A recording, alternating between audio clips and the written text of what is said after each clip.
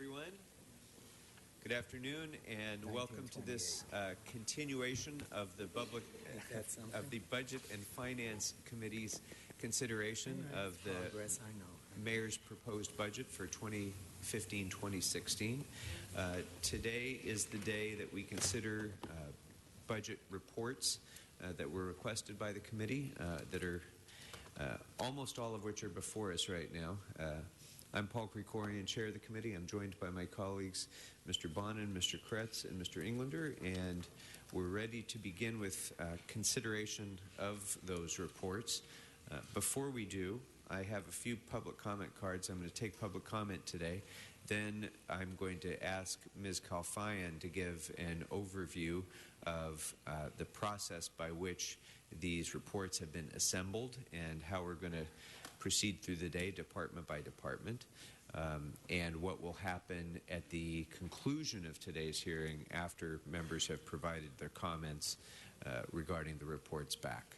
So we're going to start first with public comment, and our first speaker is Adrian Scott Fine, followed by John Walsh.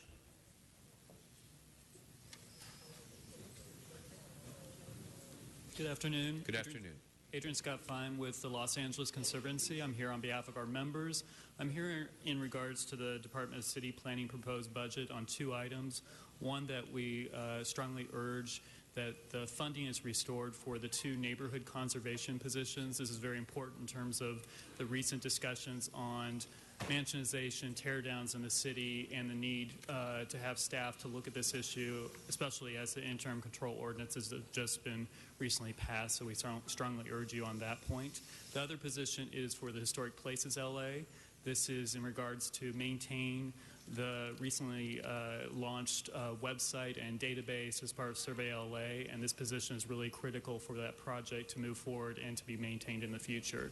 So those are the two items we strongly urge your support on. Thank you. Thank you. Our next speaker is John Walsh, followed by Wayne Spindler.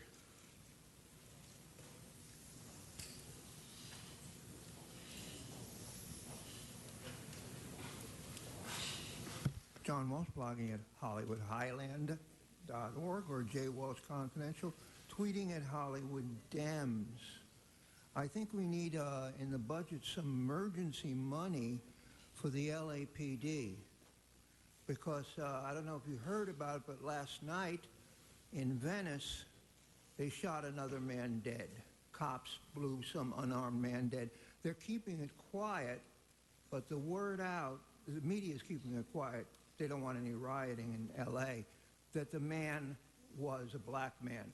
So we're going to be seeing, we may very well be seeing a repeat of Baltimore right here. Another man was shot later that day. And, of course, on the other side, a sniper shot an LAPD officer.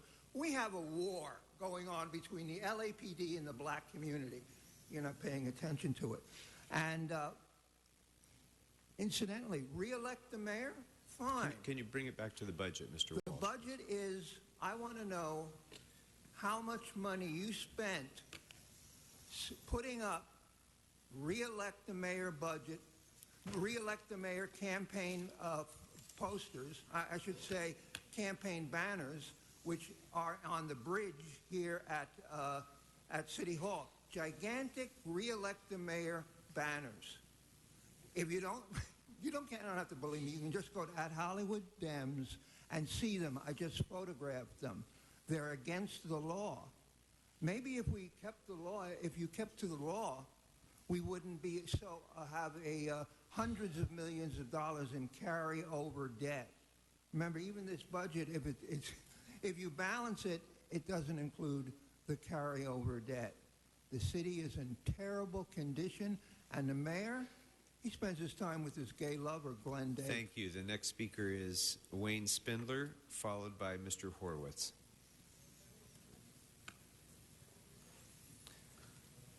Mr. Spindler is not in the room. Our next speaker is Mr. Horwitz, followed by Glenn Bailey. And apparently Mr. Horwitz is not in the room either. Mr. Bailey, who will then be followed by Eric Previn.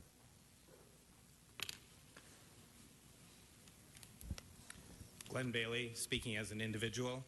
I specifically wanted to comment regarding memo number 32, and specifically that portion is related to online voting for neighborhood councils. I am supportive of the initiative to move to online voting for neighborhood councils, but I do think that there are some questions that still need to be answered. Number one, the RFP process did not include voter registration. And as you know, neighborhood councils can vote by documentation as well as by self-affirmation. And the registration process is very important in order for the online process to be secure as far as the voters being verified. So that's an important part of this. And the other concern was that neighborhood councils were not polled as far as how many are actually participating in this process in advance. So when you evaluate the cost effectiveness at this moment in time to decide authorizing $550,000, you don't know if it's 96 neighborhood councils or one neighborhood council. We just don't know. I think that's a question that should be asked and answered. And to a certain extent, it is a leap of faith. I grant you, and I think it's something we should proceed on, but I think there's some questions there. The cost effectiveness is, obviously, if all 4 million residents of the city vote, and they can because they're residents, plus you add to that the people who work or own property here, it could be very cost effective. But obviously not that many people participate in our elections, so we need to drill down on that and say, is this a good number? Is the process been robust with the RFP, with the engagement of neighborhood councils before we move ahead with the funding decision? Thank you. Thank you, Mr. Bailey. Our next speaker, and the last card that I have right now is Eric Previn. Mr. Previn. Good afternoon, Budget Committee. It is Eric Previn, resident of CD2 and Studio City. And I noticed in the budget the $2.9 million line item for the neighborhood prosecutor program of the city attorney. And in my earlier remarks, I raised the question of whether or not that was he's partnering up, by the way, with Nextdoor, which is a very cool website that allows neighbors to connect. And I was concerned that the administrative citation enforcement program might be involved. Like someone's got a barking dog or this or that, let's go get them. And I know that we do want to enforce the law, so I'm on board. But I'm anxious about those kinds of punitive fines that Mr. Englander does like. So what I wanted to do was see if there's other kinds of neighborhood prosecution issues that Mr. Fuhr and team, and we have a guy in my neighborhood whose name is Diego Edber, who I'm sure is an excellent city attorney, neighborhood prosecutor. And the issue has to do with the corner of Coldwater and Ventura Boulevard, where somebody has proposed a big development, and there was some city property that Mr. O'Connell is familiar with, 4230 Coldwater Canyon, and that property was transferred quickly. And now what we face is, some information about why and how, and it's murky. I'm trying to get to the bottom of it. GSD is singularly unhelpful at providing the appraisals. The city attorney and the auditor controller have sort of glanced away, and so I had to do a little research myself. And the guy has a $4.2 million judgment lien who we gave this property to against him. And I looked into it, and unfortunately, it's by a LLC called Bar Washington. When I scrolled in a little bit, it's his wife. So it really upsets me because the budget of the city, but the budget of the city is in need of, as we were all scratching our heads for savings. And here we have a sweet deal for a guy who's not that sweet. Because the reason why they do that kind of a lien against him from his wife is to block other actual lien holders who might go after the guy. So I'm asking, sir, neighborhood prosecutor, $2.9 million. Let's put some of that on the screen and go after these guys who we need to be. Ms. Kalfayan, if I could invite you please up to the table. Oh, I'm sorry, Mr. Blumenfield is here as well, so all members are present. And members, I think I can say without fear of contradiction that for the first time certainly in recent memory, We are beginning consideration of the budget memos with 100% of the requested budget memos before the committee at the beginning of our consideration. I don't believe that has ever happened before. And so I want to congratulate, first of all, again, I want to congratulate all the members for reducing the number of memos, and I want to thank our department heads, the rest of the staff who've been assigned these reports, and the Office of the CAO for delivering these budget memos on time and allowing us to have a thorough consideration of them. So well done to everyone. Yes, very good, Mr. Englander. Thank you. And if I may say so, to Mr. Hale and his colleagues in all of our respective offices, the staff members who advised each of the members on the budget, because they had to stay up essentially all night reviewing reports and preparing lists and giving recommendations. So well done to everyone. Thank you. So, Ms. Calfine, why don't you walk us through what's before us in the binder of reports and what our task is today, and then what will happen between now and the development of the rack-up and going forward from there. Okay. As Chairman Krikorian mentioned earlier, today is the day we go through the memos. These are the memos that were requested during the course of the budget hearings over the last week or so. There are 100 memos, so we'll be going through all of those. What? 101. Sorry, I only saw 100. Okay.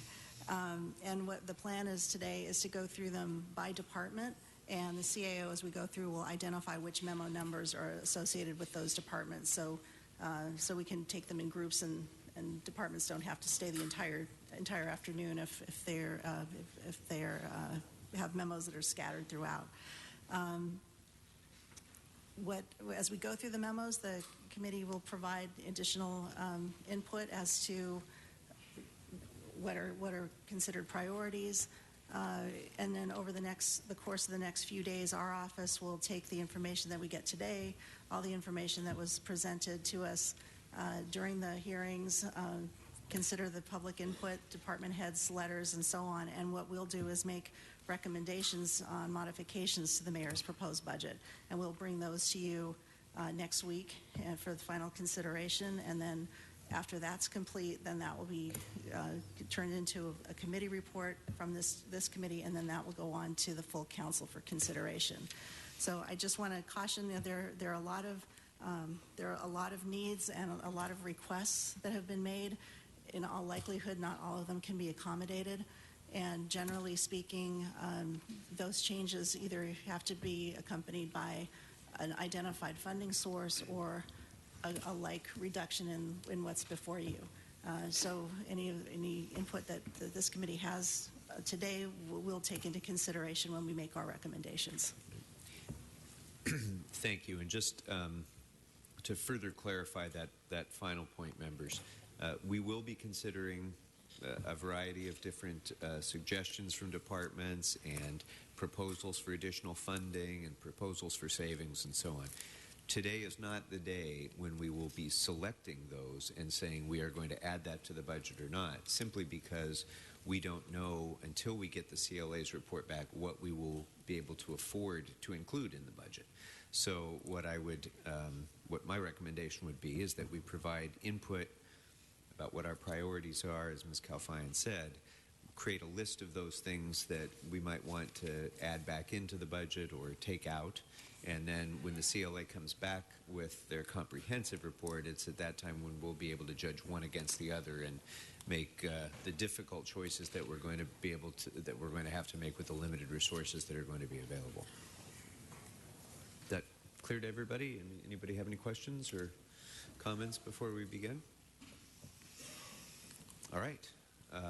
Then why don't we go ahead and proceed? And as unfair as this is to Mr. Lewis, I think we'll just proceed in alphabetical order by department and start with the Department of Aging.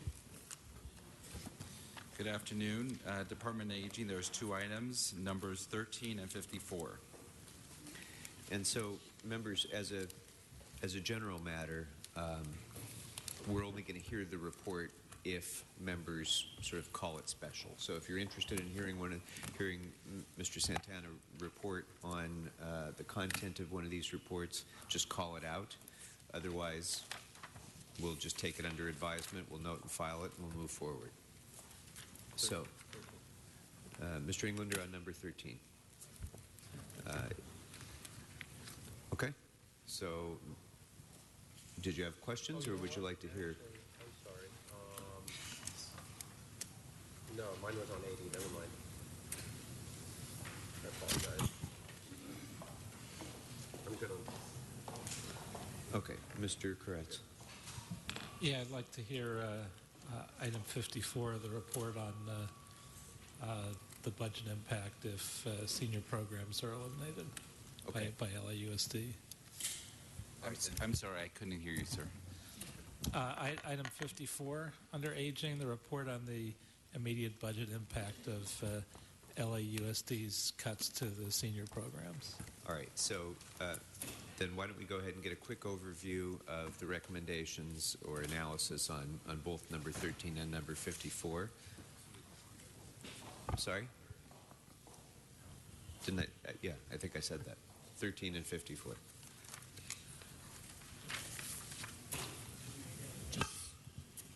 So are we talking about 13 and? And 54, Okay, yes. both. All right. Number 13 is reference to the department's evidence-based program. By the way, my name is James Don, Assistant General Manager for the Department of Aging. The department is requesting $530,000 plus change to make up for a funding gap due to the reduction in block grants as well as $225,000 in general city purpose funds. Without the additional funds, our contractors will be forced to operate with a per service area budget of only $40,000. That's going from a current, last year of $75,000 down to $40,000. We anticipate at least 1,900 seniors not being served because of that reduction. Plus, we do not yet know how many of our contractors will actually be able to operate under that budget. We're still waiting for everyone to submit their budgets for this current year. All right, so, members, on this item, since we really all asked for this report back, I think there's a clear consensus on this committee about the importance of the evidence-based programs and continuing to support them despite the difficult position we're put in by federal reductions and the challenges of CDBG funding. So I would recommend that we direct the CLA to identify funding to offset the cuts for this set of programs and in all likelihood the other CDBG programs as well, but certainly this one for the moment. Any questions or comments? All right, good. Thank you. Number 54, please. Number 54, in reference to the budgetary impact to the department with the potential elimination of LAUSD adult education instructors. Currently we use about 21 adult education instructors in various centers, both as part of our regular multipurpose senior activities as well as our evidence-based programs. In order to backfill the loss of those instructors, the department estimates that it would be a cost of approximately $844,074, and that's just to hire staff. We still have to actually train them in the various classes that they would be conducting. Let's see.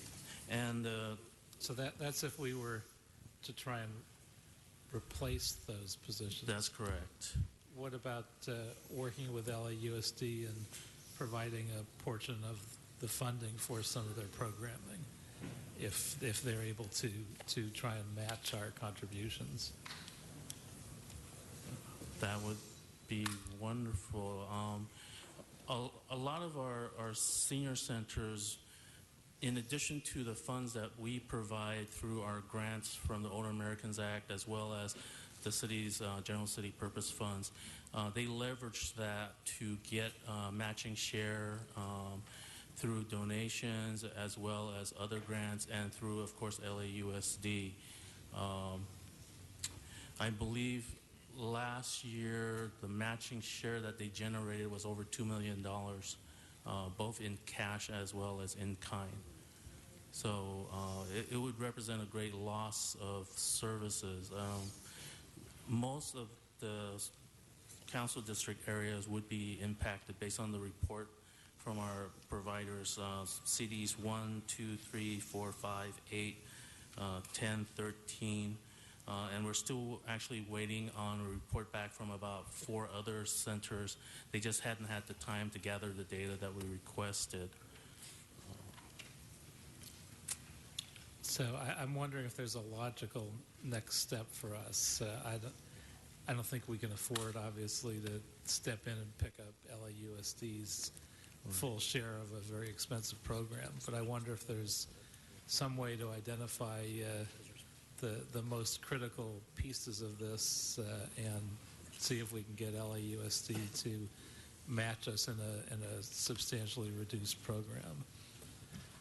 We can explore that. Yeah, that's what I recommend. I don't think we can afford to pick up the whole thing, but I think maybe we can identify the most critical pieces of it that serve the most broadly and come back with something. So can we then convert this report into a special study report with to explore those options, and then we'll have that for further consideration in budget and finance after completion of the budget? That would be great. Okay, let's do that Any then. further reports such as this can be included in our recommendations too. We can incorporate any additional requests for reports or information Okay. as an instruction. Oh, an As an instruction instruction to to report. consider it at some point in the future when we're done with the budget. Correct. Very good. Let's do that. Okay. Anything else, members? All right. The Department of Aging is complete. Thank you. Moving on to Animal Services, there are 2 reports for Animal Services, items number 93 and 94. Item number 93, if I could have the department come up to answer any questions they may have. Okay, so our analyst will do that. This first question was pertaining to the request for the impact of increasing the number of animal control officer positions from 12 to 24. As well as the use of technology in the field to help reduce the cost. And so we've assessed that the cost for the 12 additional officers for 5 months would be somewhere between $710,000 to $1.1 million. And then we are recommending, as it relates to the use of technology, that you direct the departments to come back and report on their overall program. That's on item number 93. Item number 94, there's a number of requests specifically on the impact of the salary reductions in the department. Again, the additional 12 officers, the use of technology upgrades, including 2 upgrades to the Chameleon data management system, and as well as the use of mobile data computer installations for 58 animal control vehicles at $485,000. Our report back has a number of recommendations, including directing the department to work with ITA, Office of Finance, and our office to determine whether the Chameleon data management system with upgrades will be sufficient for the department's needs or whether it needs to be replaced. And the report findings should go to the Board of Animal Services commissioners as needed and subsequently to the council. We also recommending that you direct our office to identify savings within the department's 2014-15 budget to help fund the Chameleon system upgrades. And we could do that as part of the year end. And then also to direct Animal Services to provide a complete report on the mobile data computer program during next fiscal year. This seems like a program worth exploring, and we just need to understand the programmatic aspects of it, how it would work. And so that would be a report back for within the next fiscal year. Mr. Kretz? Thank you, Mr. Chair.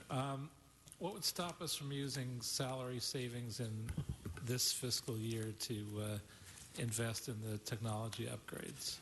Well, that's essentially what we're recommending, that you instruct us to go ahead and identify salary savings in the current fiscal year to help fund some of those upgrades.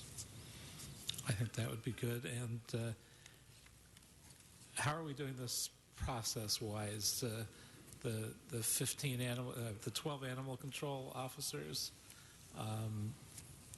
Do we just ask now that be considered among the package that comes back, or was that already going to happen because we called that out? No, we would need to let the CLA's office know that this was something that was important to us to add to the list of things that they should be trying to identify funding sources for. And so I would certainly do that. With the understanding, of course, that most of the things that we request, they will not find funding sources for. But at least in order to preserve that list of options from which we will be comparing and contrasting and so forth, yeah. I think we should at least keep it on that list to be considered. And I don't know if it's already, again, on that list, but Mr. Blumenfield flagged the EIR for cats, which I hate to allow Travis Longcore to waste several $100,000 of our money, but it's probably inevitable that we take that on, so we should at least consider funding that on our list as well. Okay, any further thoughts, members? Is that clear to the CLA? Yes. Okay, anything else on animal services? All right, moving on. Moving on to building and safety, there are two items number 96 and 97. Item number 96 is directed us to respond specifically to the department's request on a number of items, including the local and enhancing the local enforcement agency. We recommend further study on that. You asked us to look at the inspection case management unit. We outlined what the cost would be. We're recommending further analysis. In addition to that, you also asked us to look at enhancements to the financial services division. We support the request being made by the department. In addition, enhancements to Technology Services Bureau. We enumerate the cost. We do not recommend the request from the department on that item, as well as enhancement to the Green Electrical and Mechanical Division. Mr. Kretz. I missed the last thing you said about the Green Electrical and Mechanical Division. So for that item, our office, we enumerate what the cost would be for the positions that were requested. We're not recommending those additional adjustments. Yeah. Mr. Chair? Yes. I'd like to ask that we do include on a list of priorities several environmentally related positions that I think got missed and that might have been inadvertent in the mayor's budget. Number one, the additional resources for Green Electrical and Mechanical Division that was mentioned. Number two, additional resources for Technology Services Bureau for one BCE to serve as the chief of the TSB's Project Management Division, and restore one fully funded local enforcement agency position for one environmental specialist, two, to conduct thorough investigations of state-mandated solid waste facilities. So I'd like us to include all three of those on our list of priorities.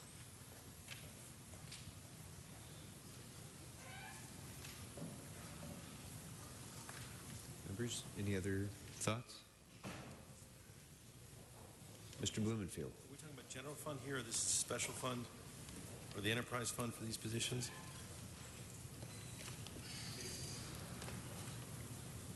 Jason Leon, the administrative officer.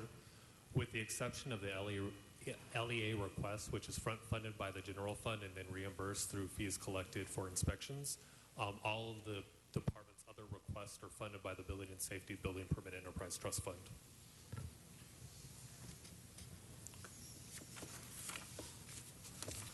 Okay. Any other questions? Thoughts? Building and safety? Going, gone. Okay, next. Okay. The next one is CIEP. There's items number 6, 8, and 53. Any questions on these, members? 6, 8, and 53. Mr. Bonin? Number 6, please. Item number... I can short circuit this one. Okay. I read the report. I get it. I understand the sort of lift on this.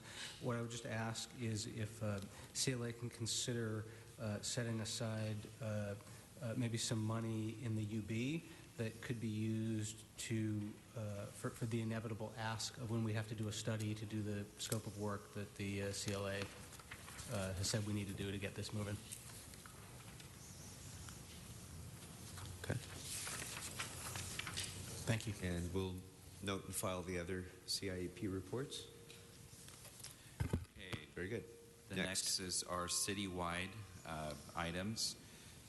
Just to list them out, items number 77, 80, 87. There are 2 for 87. That's why I thought there was 101. Ms. Kaifian was correct. There's only 100. And item number 98.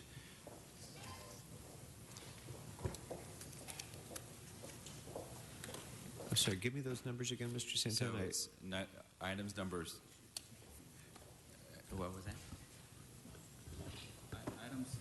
Item 77 should probably be with the Board of Public Works. It's probably misplaced under the Right. citywide. Yeah, that's what we have as well. Under citywide, we have the item number 80, report number 80, which is citywide sustainability and climate change efforts, and also the citywide coalition presentation analysis, and that covered at least 2 questions that were asked by the committee, as well as the CDBG backfill, which have related specific memos in individual departments. We just heard one on aging, and there's a couple other ones throughout the list of departments that also touch on the CDBG backfill issue. So there's the omnibus report, but we're going to also hear the recommendations as to each of the individual departments? Yes. Or are we not? On the ones that were specifically requested, one is on the graffiti for Board of Public Works, on clean and green from Board of Public Works, on the family source centers for the housing community investment. We heard the one on aging already, which you gave recommendations to the CLA on, and I believe there's one related to the day labor program as well that has a connection in 2 separate memos, one with EWDD memo and one on the UB memo. Okay. I think we could probably circumvent some of this discussion by simply saying that any of those programs that were specifically called back for reports, we would want to have included in the recommendations list by the CLA. Is that fair to say, members? Okay. Yes, Mr. Kretz. For whatever reason, I don't seem to have what I think is number 80 on sustainability and climate change. I don't know if anybody else has that, but maybe you could. Could you briefly walk us through that? Thank you. That's you. Oh, well, in that case, I don't care how we address it, but I would just like to. Mr. Englander, That would be while great. you look at the. I might be able to be a little quicker since, that was, I believe 80 was mine. I think the key highlight in this is the critical section that essentially says a more thorough review is necessary. It says a more thorough review of city operations requires additional time to verify information. It's going to take a lot more to put through this. And so I would ask the CLA to do that and bring it back in the wrap-up. I mean, one of the things, and I think also looking at the disparity question or the question of the language itself from the executive order says to designate a staff as a department chief, sustainability officer, bureau chief. So while we all agree in this and it's critically important, figuring out the difference between A, designation, and B, additional staff hiring, and versus also the deeper dive on the review that's necessary and more time it's going to take. So I've asked the CLA to do that. Yes, in summary, with regard to that item, we did try to gather all of that information from various departments. It's deeply embedded in each department's budget, and there's probably 7 or 8 departments that have related sources of expenditures dedicated to climate change as well as sustainability. We can gather that, but in the time frame that we had, we just didn't have time. The bottom line is that every department has been designated under the mayor's executive directive to actually designate people to work on this sustainability plan. So we can include an instruction in the committee report to have a more thorough review after this budget process is completed. And I think, and looking at, again, going back to that, the intent and spirit of designation versus looks like a lot of additional staff, and some of the bureaus, in fact, that are getting the additional staff, that actually is their metric and their requirement and their function and their mission of the department. So you actually had 2 department heads come in and report to you that is that's actually what they do. part of their core function. So if the CLA could just reconcile some of that, that'd be great. Okay. Does that recommendation satisfy everybody's concerns? Good. That would be what we'll, yes, Mr. Bloomfield? Can't hear you. Mr. Cole was trying to make a comment on that. Oh, sorry, Mr. Cole. Just to shed some light on the Vice Chair's query, we recognize that there's not a one size that fits all, and you've just articulated part of the reason for that. For example, later on there's a report, I think it's number 76, that calls for the Bureau of Street Standards, Street Services, excuse me, should reorganize some functions, and in designating a Chief Sustainability Officer, bring some disaggregated functions under the same roof. The CAO has recommended against that, saying that the other departments have chosen staff at a lower level. That, I think, is not something we thought ought to be mandated in a standard form by the mayor's office. It ought to be, we ought to work with each department for how best to achieve 2 goals. One, that department meet all of the metrics and action steps outlined in the plan, which each department had committed to, and figure out how best to deliver on that. And 2, to have a citywide network of chief sustainability officers who would support the interdepartmental work, because so many of these sustainability goals cross more than one department's lines. So you have a designation for, you have some new positions created that help bring together some of the things that, as the CLA has just pointed out, are buried in the departments, right? There's different functions that are not easy to just dig out and say, well, that's a sustainability and that isn't. There's an opportunity to bring some of those together for synergy. In other cases, for example, the police department, the chief of staff, right? In effect, the number 2 position in the police department, not necessarily by rank and seniority, but in terms of the ability to organize department-wide functions, that is the designated chief sustainability officer. So again, we're not trying to have a one-size-fits-all, and I think that's the misnomer. Is, you know, what does that mean? It means different things in different departments. It means what's best to achieve the goal, and that will vary from department to department based upon their existing staff, their existing organizations, and the opportunity to improve those in order to achieve the goals. So I think that report will show us that an environmental sustainability officer is financially sustainable as well. So. Absolutely, and that's where we did not make recommendations for additional funding in some of these departments because they're able to do it within their existing budget. Very good. Thank you. right. Anything else, members? Yes, Mr. Kretz. So I don't know if we're factoring in the fact that if the Chief Sustainability Officer is able to help us save costs of energy and water conservation and all that, are we calculating that in, and how? We certainly believe that all of these designations will help us. For example, on the fire department, we met with the chief and their chief sustainability officer today. They made a simple change in the way they do testing and training. And in the past, they would simply tie a hose up to a tree and test it, and the water would go wherever the water would go. This year, they conducted those drills at the Hansen Reservoir. They put a DWP meter on those hoses. They recycled 1 billion gallons of water that otherwise would have been wasted. Wow.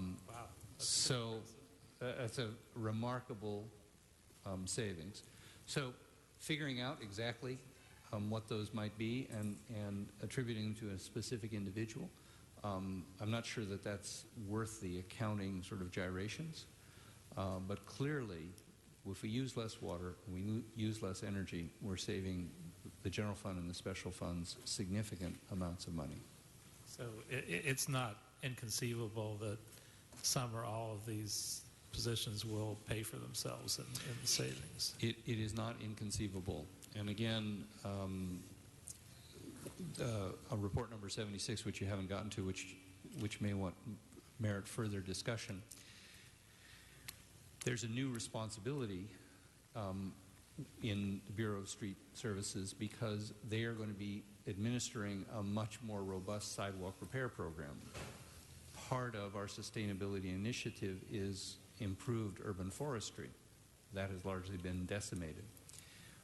Instead of creating a new, as the CAO recommends, a new filling that position, vacant position of urban forester, and creating a new sustainability officer, what we're doing, what the department has come to us with the recommendation of, is combining those two because there's synergy between our urban forestry and the rest of the sustainability program. So these are the kind of creative solutions we support, not because we came up with them, but rather because we think the departments know best how to augment their resources to get these jobs done and in turn, as you suggest, save money. Very good.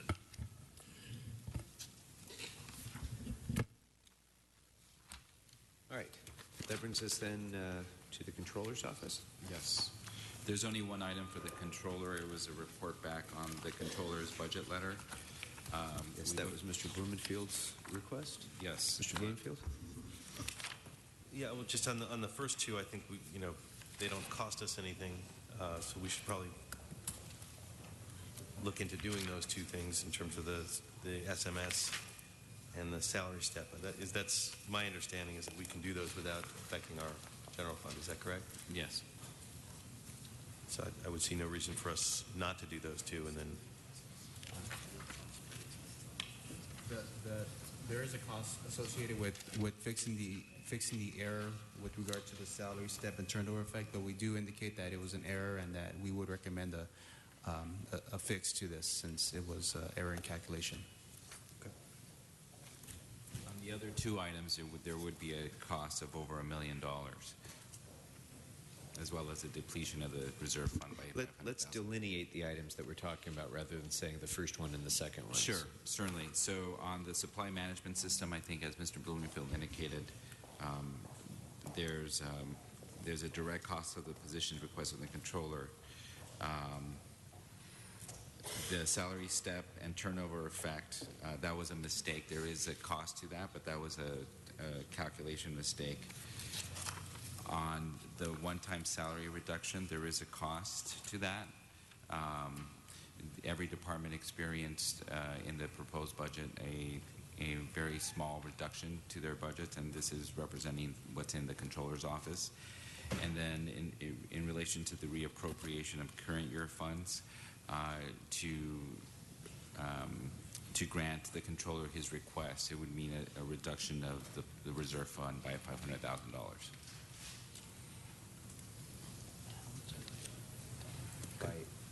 By how much? $500,000.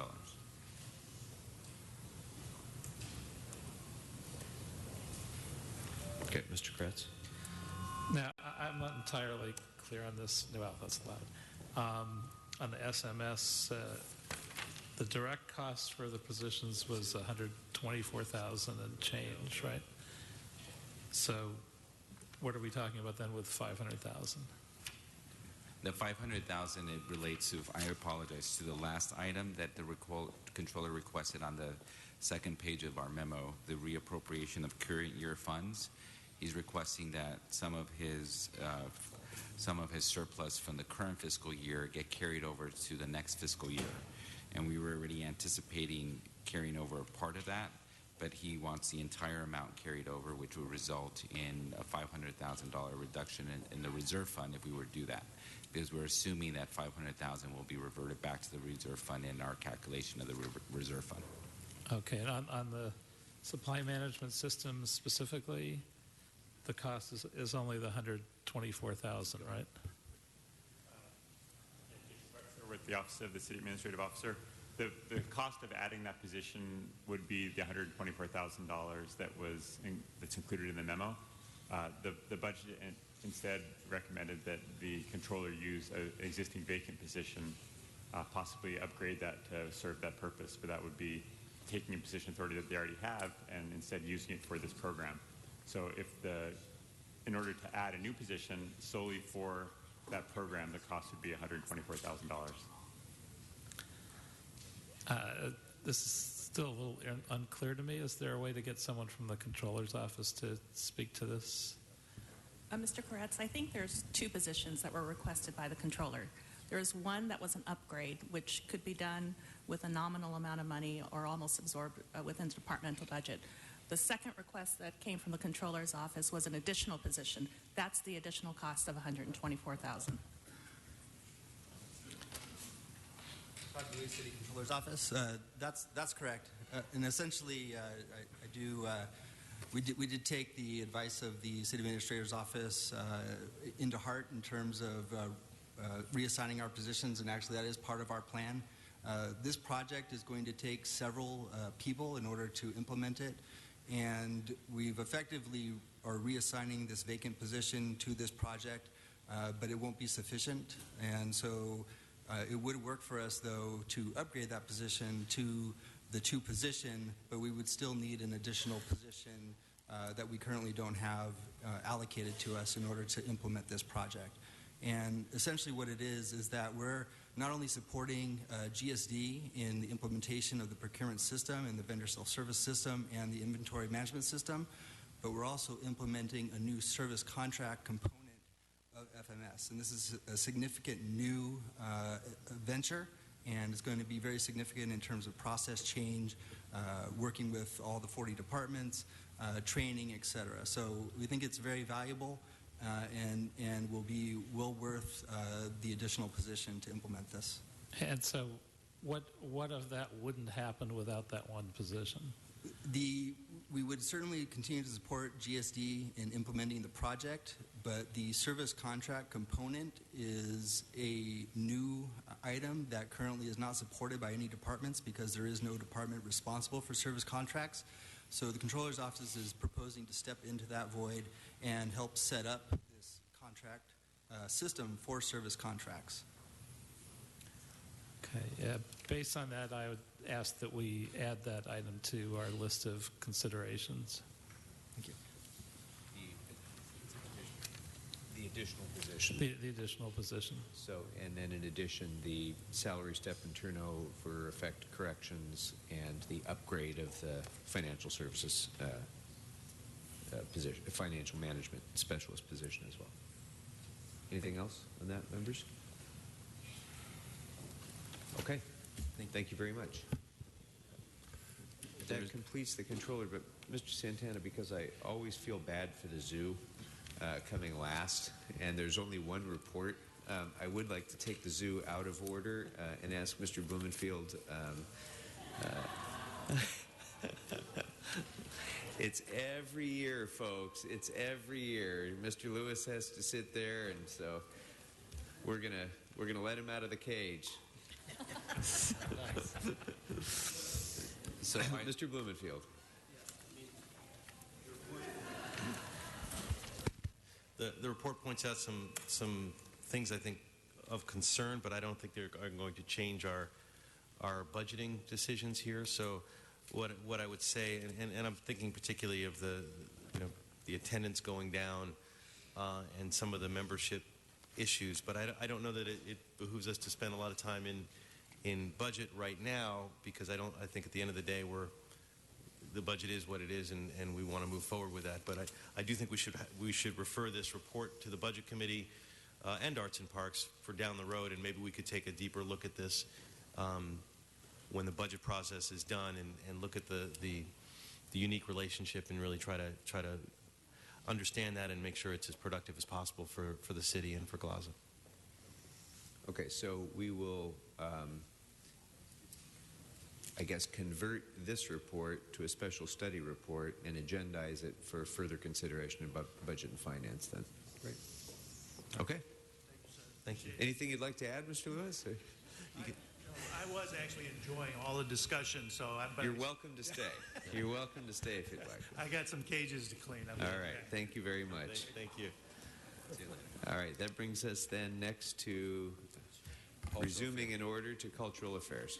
There's one item for cultural affairs, item number 1.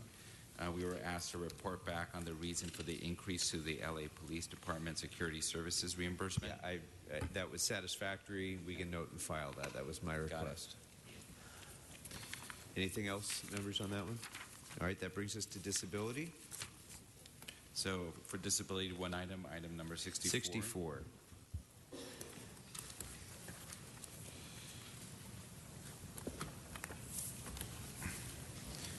So there were a number of items requested by the Department of Disability pertaining to their letter, specifically the request for a community affairs and outreach team at $174,000. Discussion regarding the AIDS prevention program. The CAPS certified project coordinator, we estimate at $53,400. An additional project coordinator, an additional $53,400. Video remote interpreting contracts at $20,000, and they made a request for ADA assistance at $96,000. So the total amount would be an additional $397,441,000. All right, and I had requested this report.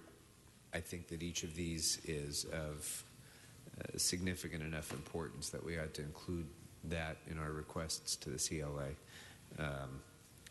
And we should continue to break them out, because, as I say, we won't be able to do everything. So we may have to make some hard choices among them when we get your report back. So rather than a single analysis of where we get $397,000, each one of these should be treated separately. Okay. Anything else, members, on disability? Great. Thank you. That brings us to economic and workforce development. There are two items. Items number 40 regarding the budget impacts of a number of cuts, and item number 61 discussing the $2.5 million currently in the UB and the program that the department recommends for that particular source of funds.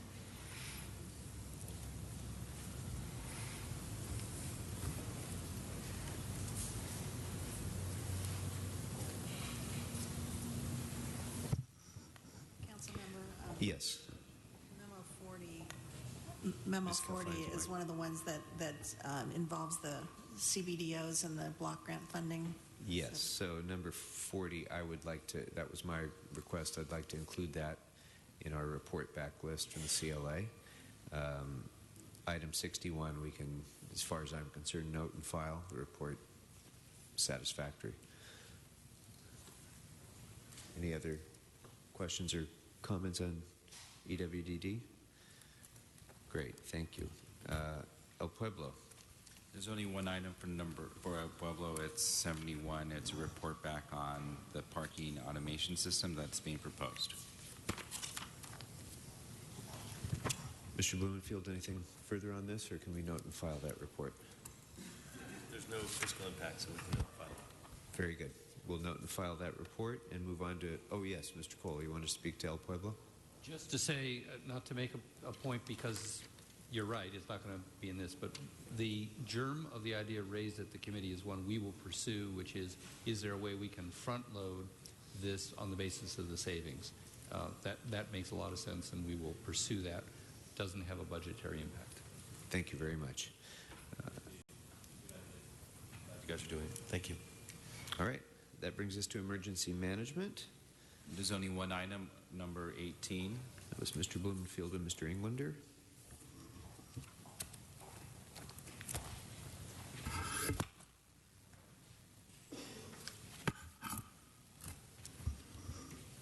I would like to ask that we consider these as well, and then also, though, if you can break them out separately from the Special Olympics to the two positions,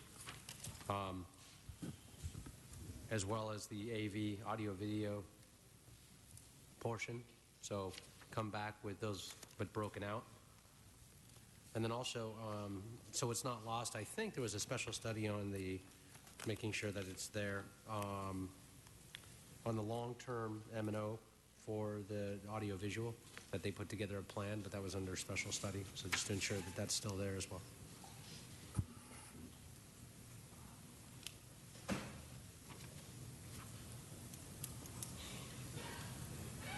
Include the principal coordinator for disabilities in that? Yes?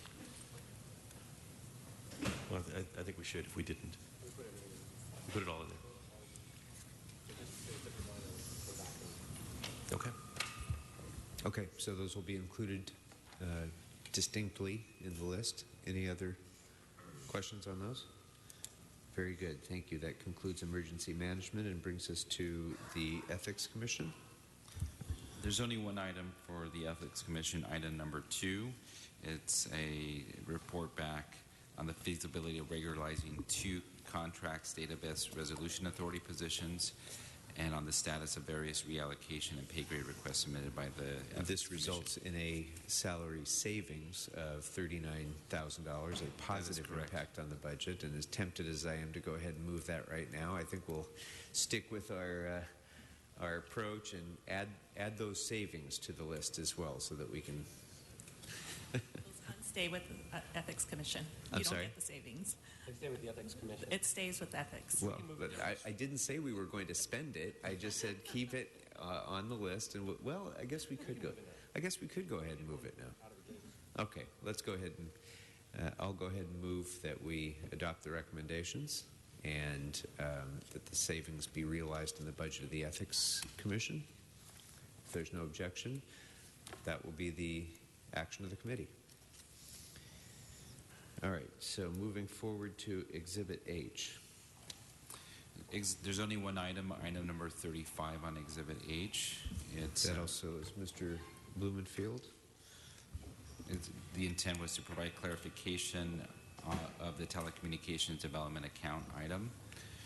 The report has come back on that. Mr. Blumenfield, did you have any questions? Or I don't know that there's an immediate budget impact. It's informational only. Very good. So we can note and file that? Great. That brings us then to finance. There are 2 items, item number 1 and item number 34. Item number 1 pertains to the direct billing for bank fees. This was informational only, and item number 34. And as far as I'm concerned, I requested that first one. I would be happy to note and file that. Mr. Englander? Yeah, if I can ask Department of Finance, the City Attorney, to come up on 31.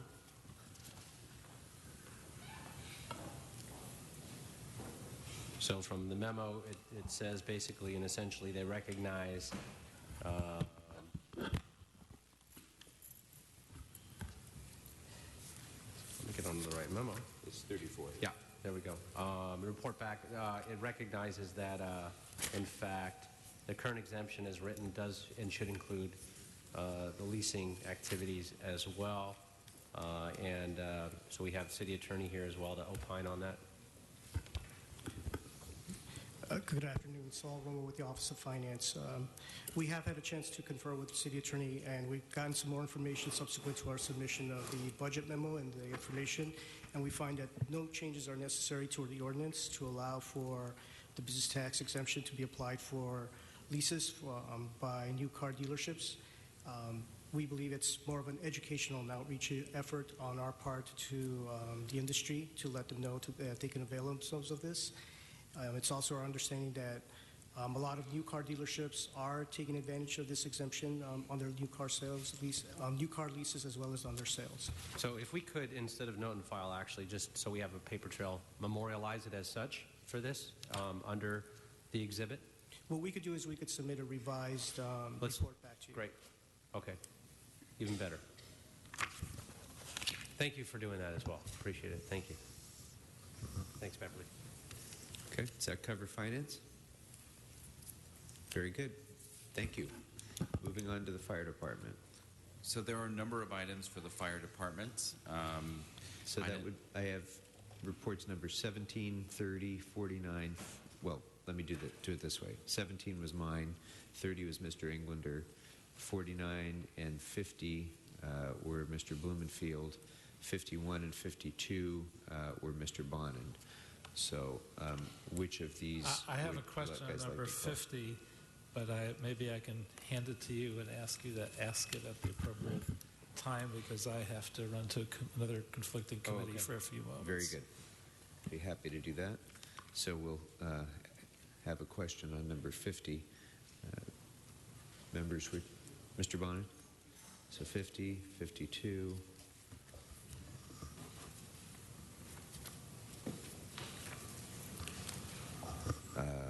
I'm going to make a recommendation on 51.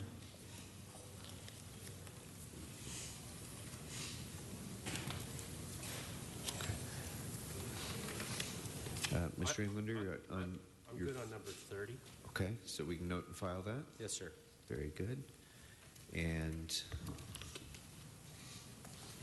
we can note and file 17 on development services. And that the only remaining one is number 49, Mr. Blumenfield. I'd like us to consider, put 49 on our list, consideration. Okay.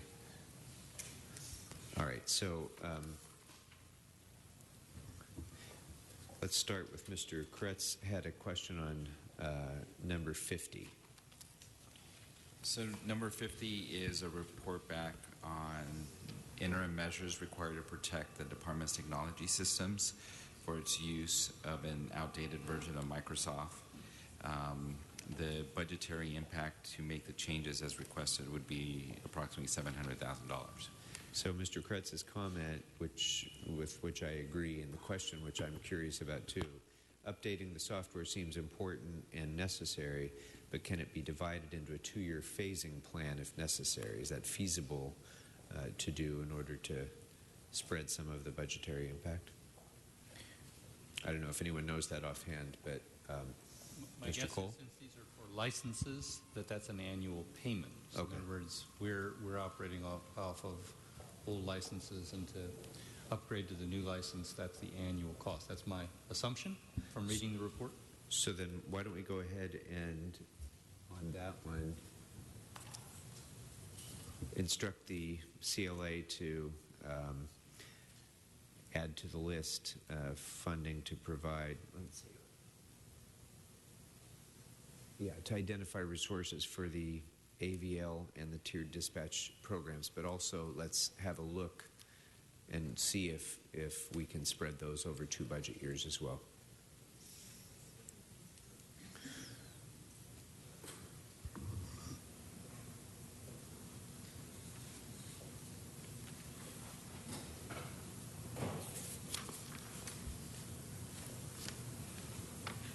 On 51, the fleet maintenance staff. Yeah, go ahead, Mr.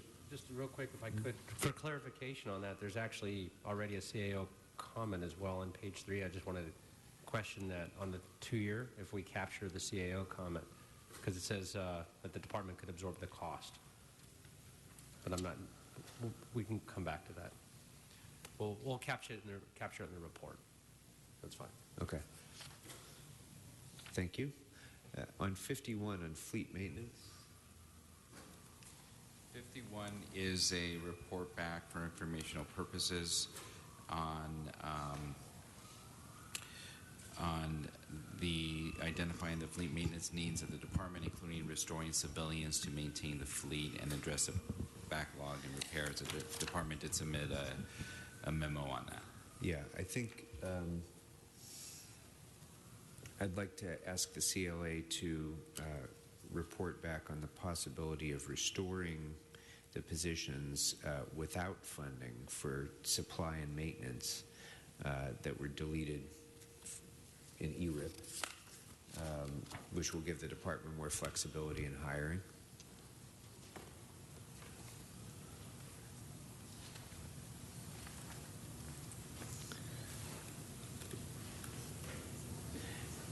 And Mr. Bonin, did you have 52? Yeah, thank you. First of all, thank you for the recommendation on 51. I think that's a good approach on that. On 52, I'd like the CLA to see if there's a way to address this gap.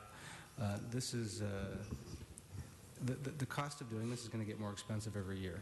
Before Mayor Garcetti left the council, he paid half the cost of the geo move-up system. The cost has since gone up, so the longer we wait, the more it's going to take us to do our match of it. Basically, we don't want the folks who are managing our fire department deployment to be using paper maps and thumbtacks. This is a tech fix for that, and they've been waiting for the city to make good on the other half. So if CLA could look into that, I'd appreciate it.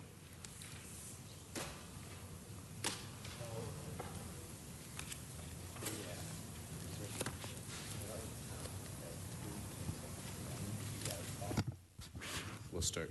Okay. All right, so on 49, Mr. Blumenfield, did you have comments or questions on 49? Coming back, I thought we covered that one. Let me come back.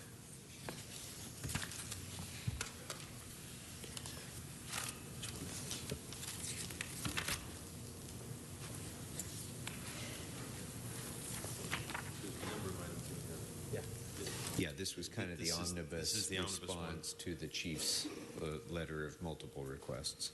Right. So we can break it out however you'd like, if you want to make particular suggestions or recommendations. Well, I mean, I want us to look into, I think they're all priorities. The hard part about this discussion is that we're operating out of context because we're just saying what we want to take to the next level, and it's hard. We're not actually making our trade-offs at this point. So, I mean, I look at all of these as important priorities.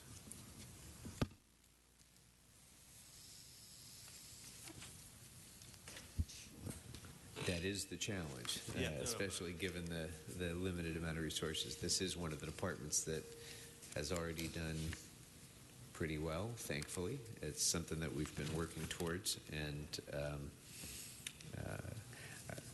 I think for myself, one suggestion I would have is that I think the second set of turnouts is critical, and I think that should certainly be among those things that we try to do, and the position reallocations as well.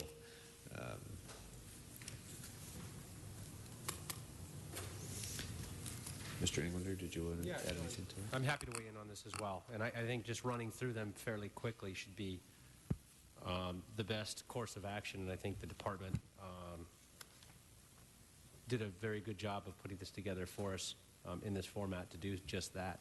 I agree. And going down the list on A, B, and C, on the development services, the 4 geographic bureaus, and the reallocation of that staffing, and all of that is subject to personnel review and personnel department. I think we should move forward with that as a request.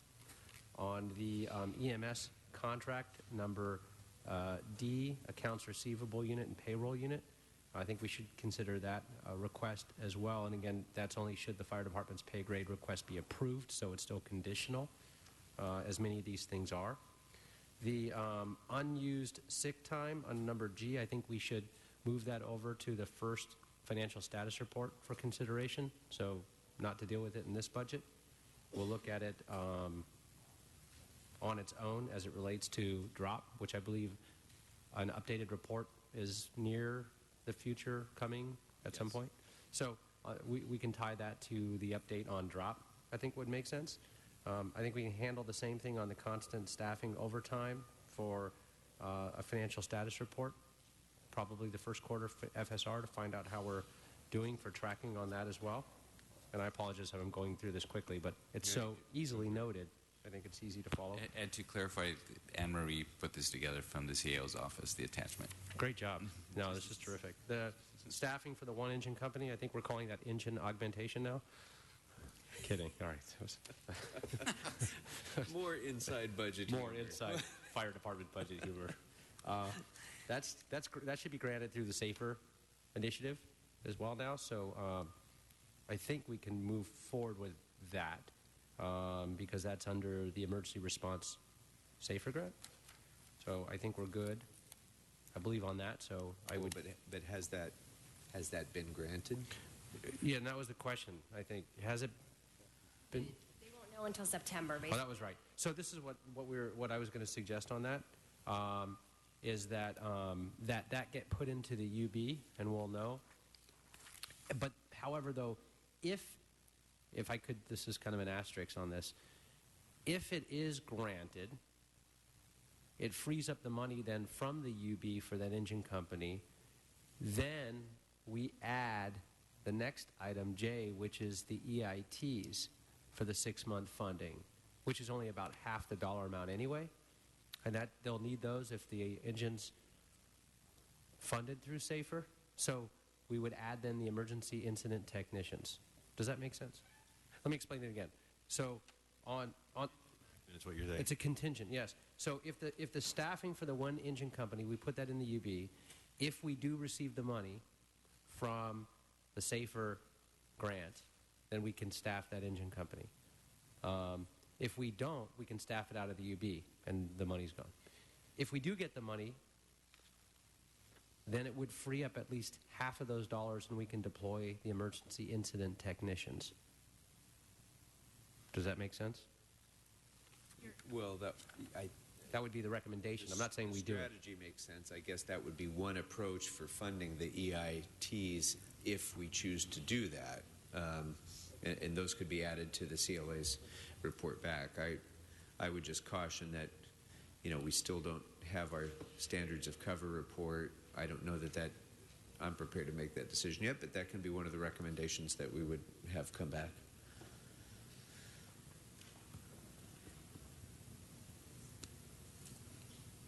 Okay, then the second set of turnouts. Oh, the second set of turnouts, I would move that we go ahead and fund the 5-year replacement plan for that as well. Mm-hmm. And remind everybody that is year 2 of the 5-year replacement, so this is not the first time we're doing that.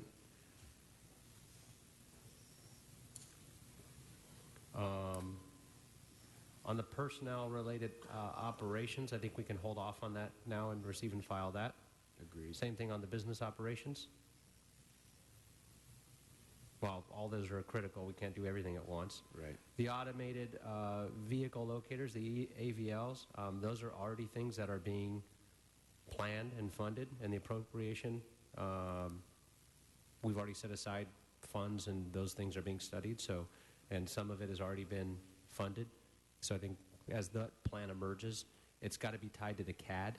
So we've got some time until the CAD is done, the computer-aided dispatch system. So they can... So we can receive and file that. Yes. Okay. For now? Mm-hmm. The tiered dispatch, it's a relatively small amount. I agree with the CAO comments that the department could absorb those costs for now. On the fleet maintenance, I wasn't sure if this was also including the, I think we need more detail, if this was also for the helicopter, for the equipment and parts for fleet maintenance or not. So that's too big of a number and maybe too important to make the decision on the fly on this. And I would break that one out and just ask for some more detail from the department. On the fire boat maintenance, I would ask that, I don't know if we've gotten word back yet from the port. End of this week or early next week. Okay, so we can hold that for now. I would just... And both of those items could actually be dealt with in an FSR or independently. They don't Absolutely. need to be at the year. At the So I would add, in fact, I would add, yes, that's a good recommendation, on both P and Q into the first FSR, and we'll have more information by then. It's a great idea. And that's not going to change. We'll have enough time between now and then, even the year end. And then on the development service unit, I would hold that as well for the FSR, and as it relates to and what's happening with the planning department and making sure we can actually put all those units together.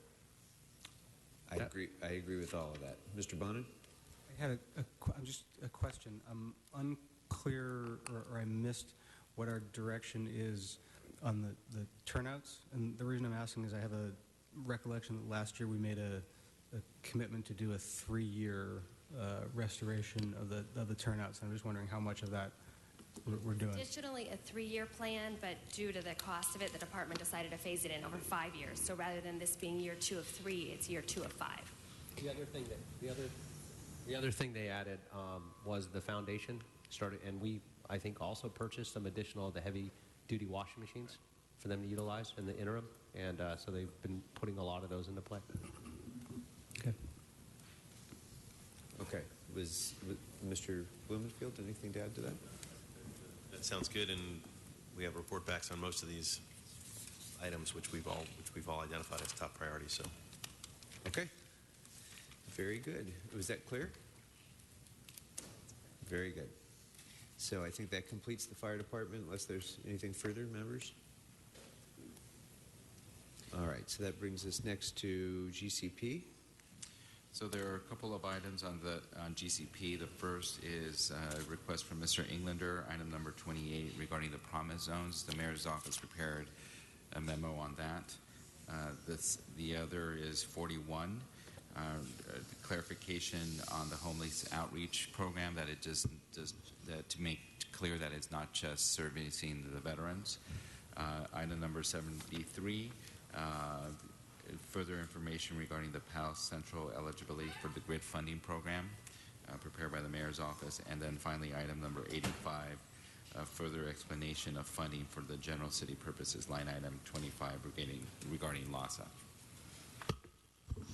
Okay, members, can we note and file those reports, or does anybody have questions or follow-up? I'll wait one second. Mr. Englander?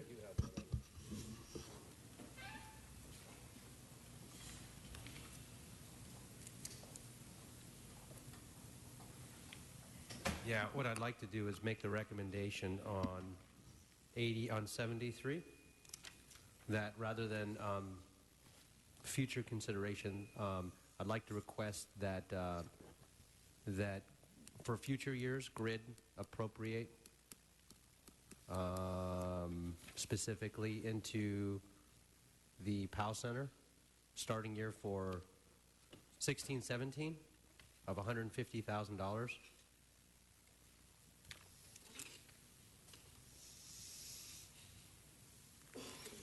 Well, you can certainly request that now, but I don't know that we can appropriate it for 16-17 yet. But that, I believe Mr. Englander is requesting. I'm requesting the appropriation. For future year Right. allocations of GRID, that $150,000 of it be set aside for the PALS Center. Right, starting in 16-17. Okay. next year.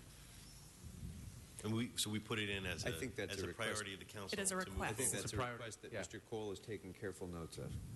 Okay, and then next year we actually. Yeah, it's what we call here locally as an earmark.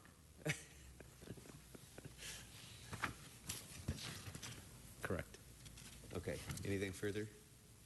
Yes, we can do that now, and we can include it to be in part of the recommendations for next year's budget. But that it be captured that way as well. It's not received and filed as a memo, but it's captured as the intent of this budget. Got it. Okay. Thank you. Okay. Anything else on GCP? No. All right. Then we can, with that notation and request, we can receive and file, note and file those reports. We're going to hold off on GSD for the moment until Mr. Kretz returns from his other committee, because he had some concerns there, and we can go straight to HCID. There are three items. Item number 72, requested by the chair, regarding affordable land use covenant fee. Item number 84, requested by Mr. Bonin, regarding the Vera Davis Center, and 88, also requested by Mr. Bonin, regarding the Family Source Center request proposals. And I'm happy to note and file report 72, unless other members have questions. Oh, wait. I guess I do have a question. Why don't we go to Mr. Bonin? Happy to note and file item 84. And on 88, I believe we addressed that issue through the sort of CDBG omnibus direction. Is that true? The Family Source Centers? Yes. So I'm good. And I'm sorry, Thank I you. missed the instruction on 84. Vera Davis? What's that? Note and file. Note and file. Okay. Yeah. The department's taking care of it. Thank you, Rushmore, wherever you are.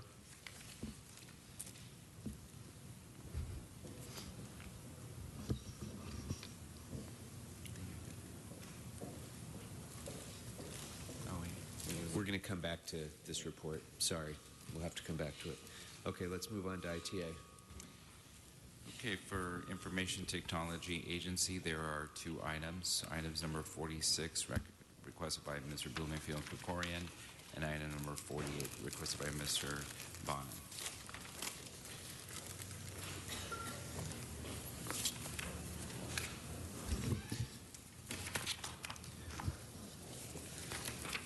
Mr. Blumenfield, Mr. Bonin, anything on 46 or 48? Yeah, we could look at 46, maybe walk us through it. Claudia Aguilar with the CAO's office. 46 is a response to the potential items for funding listed in the department's letter.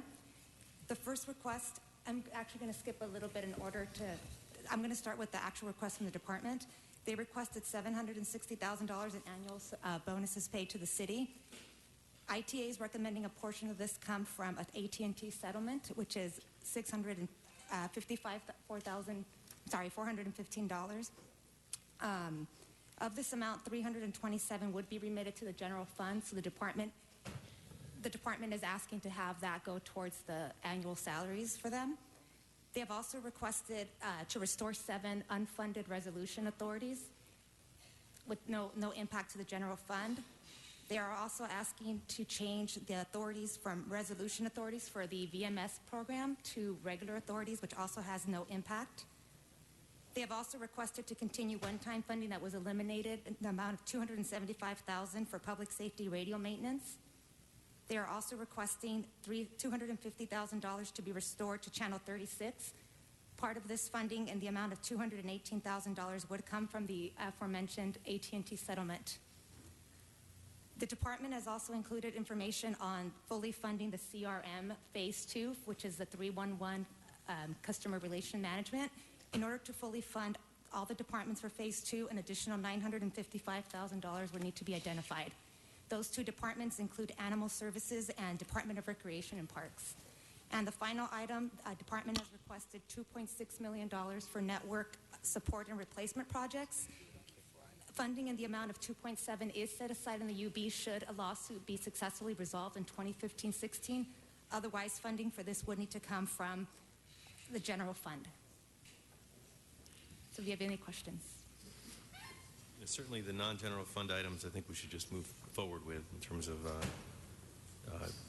positions, and the tower maintenance issue. Yeah, and certainly the phase 2 of the CRM is a very important item as well in terms of trying to get all of that online and making our 311 system robust.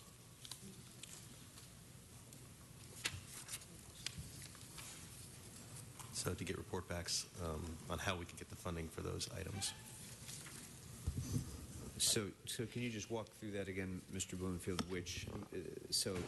Anything among these recommendations that has no general fund impact, we would include in our list, on our to-do list. Right. And then in addition to that, the general fund impact positions that you're asking for funding advice on would be the phase 2 of the CRM. Right. And what else? The tower maintenance. Okay. Mr. Englander? Yeah, I agree with that. Except if I can ask also,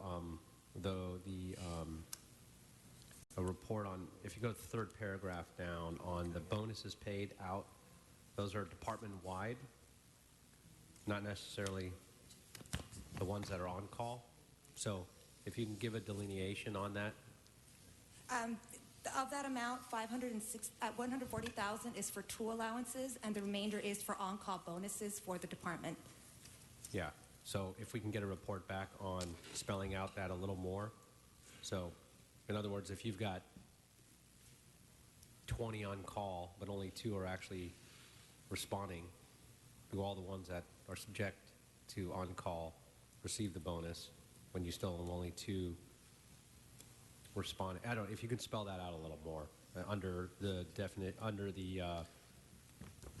understanding of the MOU. I think it needs a little more definition. So if we can get a report back from the CAO on that.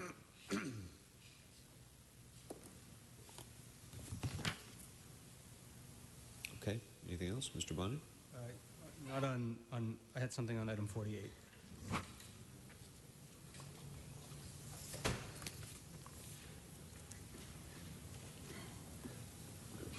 Wait, okay, and then on the next one, on number 4, it's saying that eliminate the 7 vacant unfunded resolution authorities. While there's no, the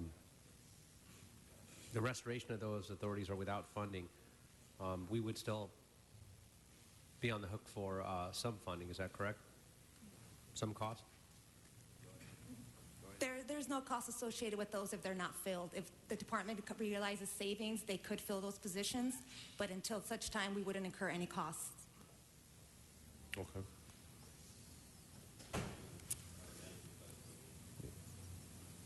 Okay. Anything else on that one?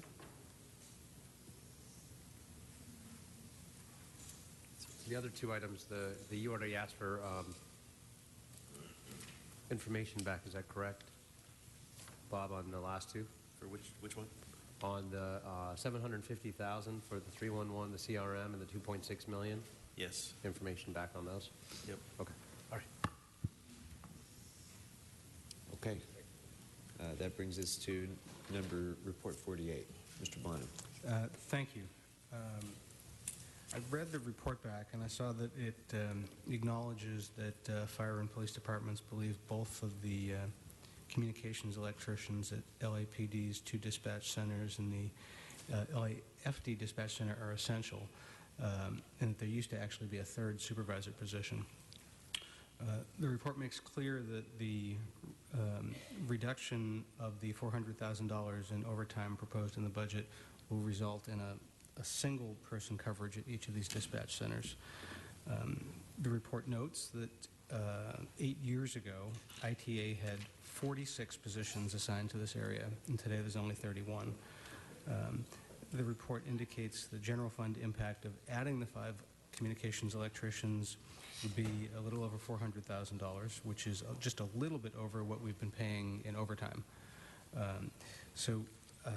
To me, this is a serious issue. We have seen what happens when our CAD system has failed due to fiber optic connectivity issues. It happened about 3 years ago. LA Times did a series of stories about the consequences. Firefighters were delayed in notification to a fire where people died, victims of trauma were left for 45 minutes waiting for an ambulance. And I'm not sure we can keep kicking the can down the road on this. We will have folks who are stressed and overtired, and if we're going to wind up paying folks OT to be doing this work, I'd rather us be paying people to be doing it when they're awake and alert. So perhaps CLA could look into whether or not there's some way to address this. It should be noted, Council Member, that there are two ways at dealing with this real challenge. One is to improve the availability of the network. Industry standards are typically 4.9 or 5.9s, 99.99% availability. Currently, our network is running about 94%. So that's 1.9, not 4.9s, not 5.9s. So we can either have people sitting at the dispatch 24 hours a day, 7 days a week, 365 days a year, waiting for the network to go down, or we can fix our network.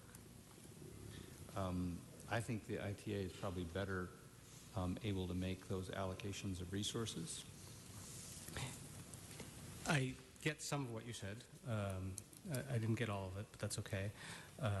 I know that our network isn't fixed yet, so I think we have the need now. We just spent a considerable amount of time talking about ways in which we can restore funding and resources to the fire department. To me, it just seems like it would be a ridiculous shame to be doing that if our CAD system isn't working and we can't get them out to respond to the emergencies.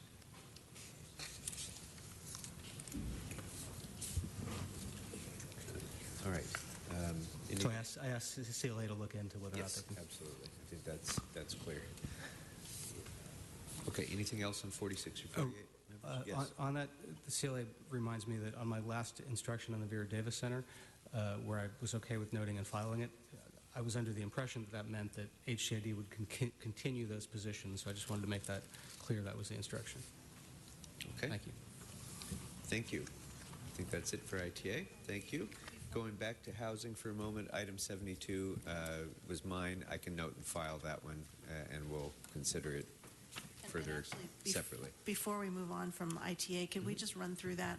I want to just make it real clear as to what the instructions were. I think we understood that the non-general funded items, let's see, there was the tower maintenance, the CRM.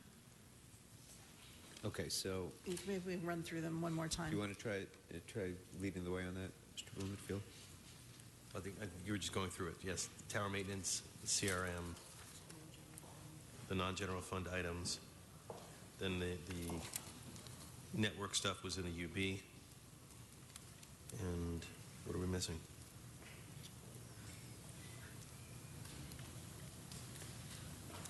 I think that's it, right? Okay, and then additionally, we had the request from Mr. Englander on the report. Did we miss any piece? Okay.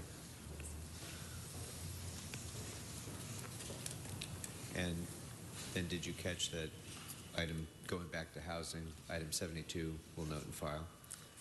And then that moves us to the library, item 47.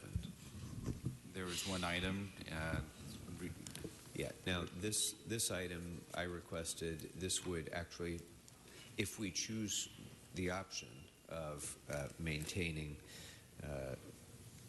the cap 37 historical rate on the library, that would produce a positive impact for the general fund of $1.9 million, but it would cause a reduction in available funds to the library, correct? So what I'd like to do is have the CLA report on those impacts to the library, what potential what potential there may be for reductions with the least impact in order to realize that historic rate and protect the general fund in that amount, or some amount between 0 and $1.9 million. All right. That brings us to neighborhood empowerment. There are two items, items number 32 and 33, asked by the chair.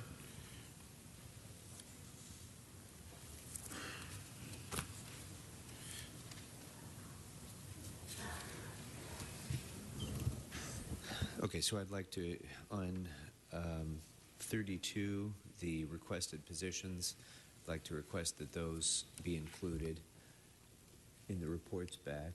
And then item 33, what I'd like to suggest is that the CLA analyze the possibility of rolling over unspent funds in the funding, currently in the funding program, and identify potential additional funding which will help augment the Neighborhood Council funding program. But that also should encompass the general manager's policy recommendations of how that additional funding might be distributed among neighborhood councils, because I know she had some additional thoughts about whether it could be distributed across the board through a grant program or otherwise.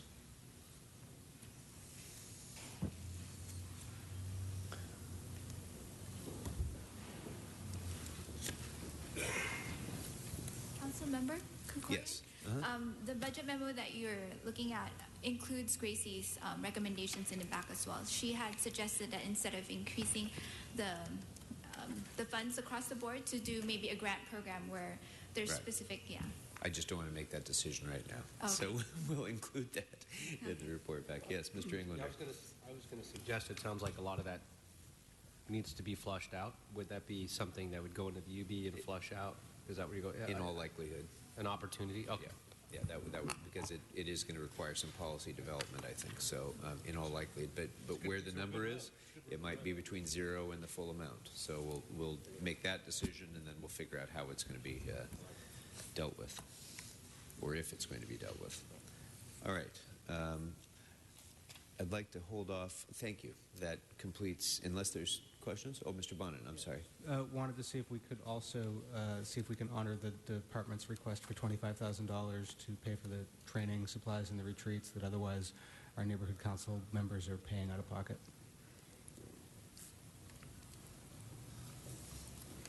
Okay. Anything else for neighborhood empowerment members? All right.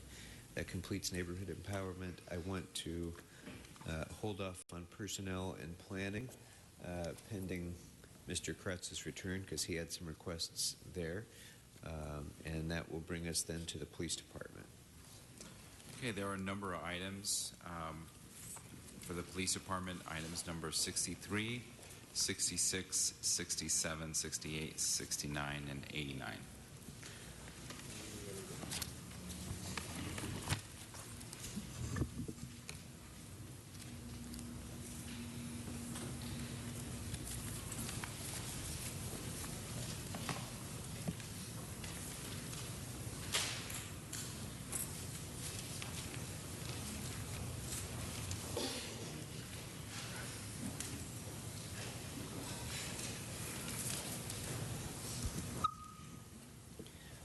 All right.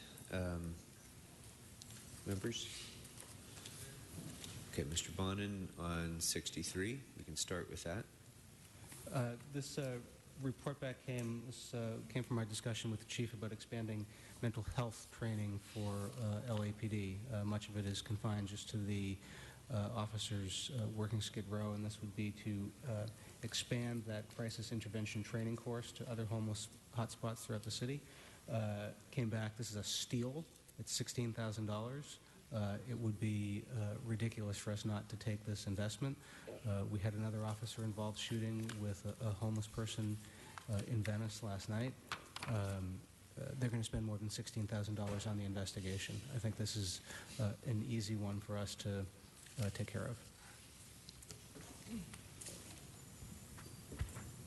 Okay, so should be easy. We'll add that to the list with an asterisk that says it should be easy. 16,000 compared to everything else. How are we defining budget dust again in this? Bob said it was $1 billion. Mr. Englander. Let's see. First on 66, we've had subsequent conversations with the department. So we'd like to go ahead and instruct LAPD to include 3 zero-emission motorcycles in their vehicle replacement program for the year. They're going to adjust what they're purchasing now to do that and accommodate, but want to make sure the instructions in there to do that. They'll absorb that in the existing They're budget. going to absorb that in the existing. Very good. Correct. On 67, this is on the fingerprint backlog. We'd like to turn this into a special study with a plan besides to include but not be limited to just adding personnel, but other ways, whether it's looking at and contracting with other labs, other ways to get caught up on the backlog, and to put together a plan and report back to both this committee as well as public safety.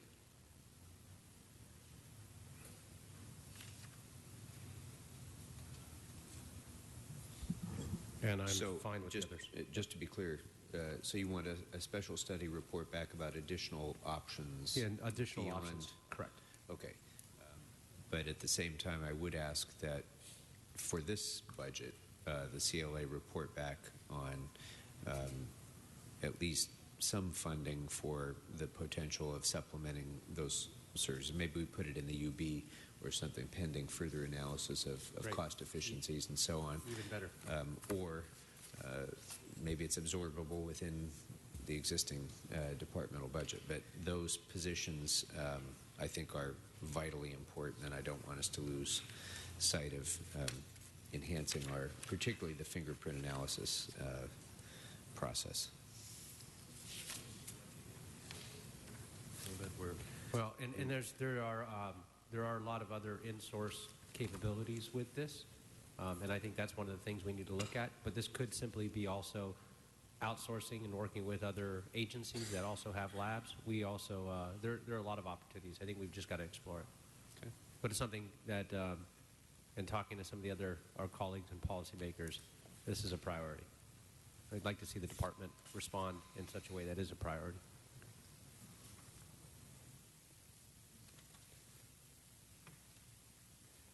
On,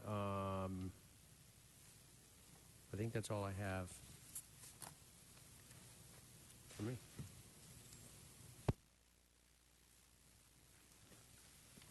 Okay. Anything else on police, members? Mr. Blumenfield?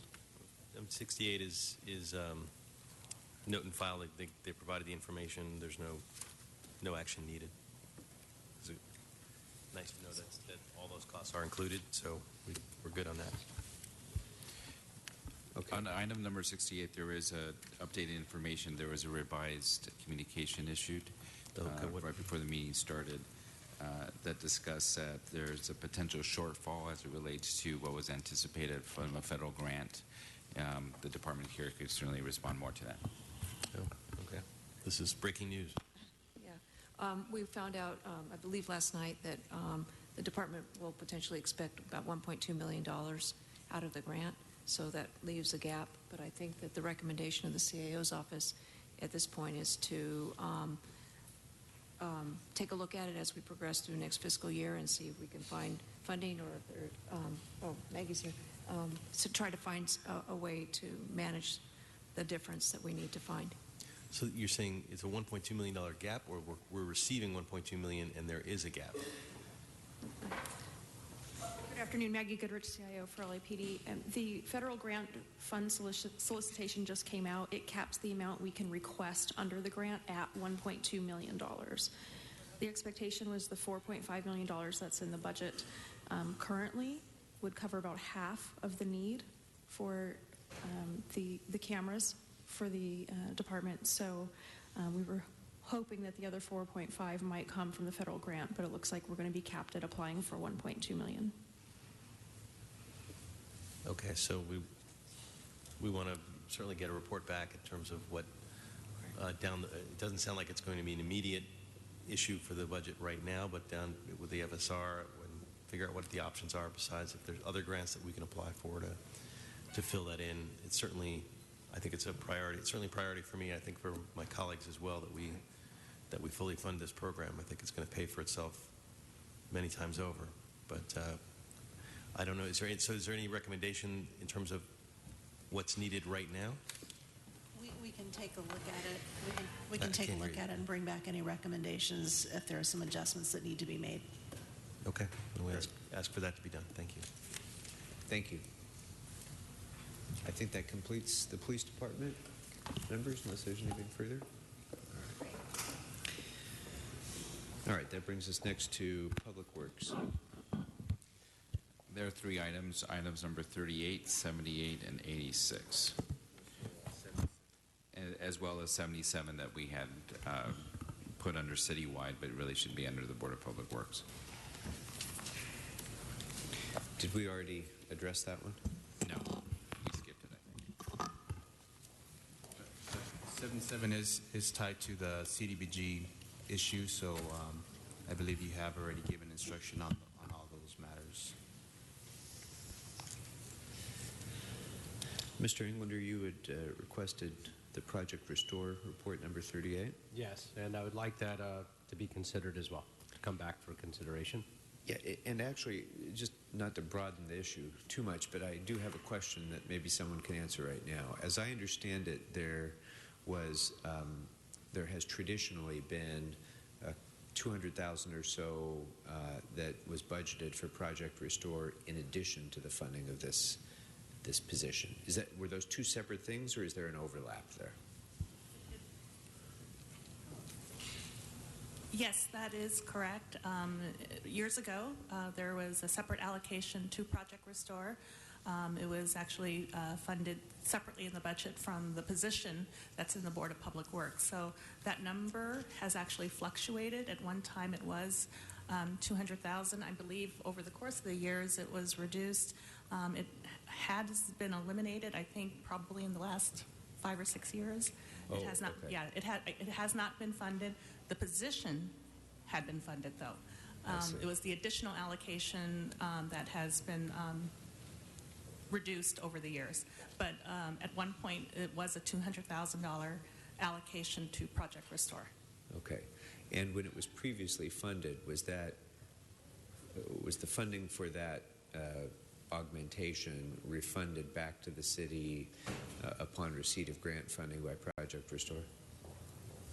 Fernando Campos, Executive Officer. That is correct. Traditionally, what we have done is build the Project Restore approximately February or March of the following calendar year in the fiscal year, and we receive reimbursements back from Project Restore. So last year we did a 50% billing. This year we would like to request to have it fully fully restored so that we can move forward with the City Hall restoration projects.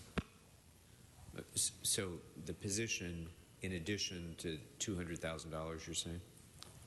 The position at this point is in our budget for the Board of Public Works, the $137. The $200,000 has been in the General Services Department budget. I thought that the position was not included in this year's budget. The position is included, but the funding without funding. So Correct. It's not funded in the budget. It's not funded. The position authority is in place. Right. So you're requesting funding for that position, which Correct. is what Mr. Englander has asked to be reported back. And then, in addition, this other annual augmentation, if you will, that has varied in amounts, that funding previously had been provided by the city to Project Restore and then refunded back upon receipt of grant funding. That is correct. Okay. And so are you making a request along those lines as well, or primarily for funding of the position? The request before you primarily is for restoration of the funding for the position, the $137. the $200,000 was requested by Project Restore through the General Services Department. At this point, we are trying to seek additional grant funding so that we can get it reimbursed. Okay. However, without this position, we would not be able to move forward with any of the restoration projects with our current budget. Very good. All right. Then we'll hear a report back on funding for the position. Then.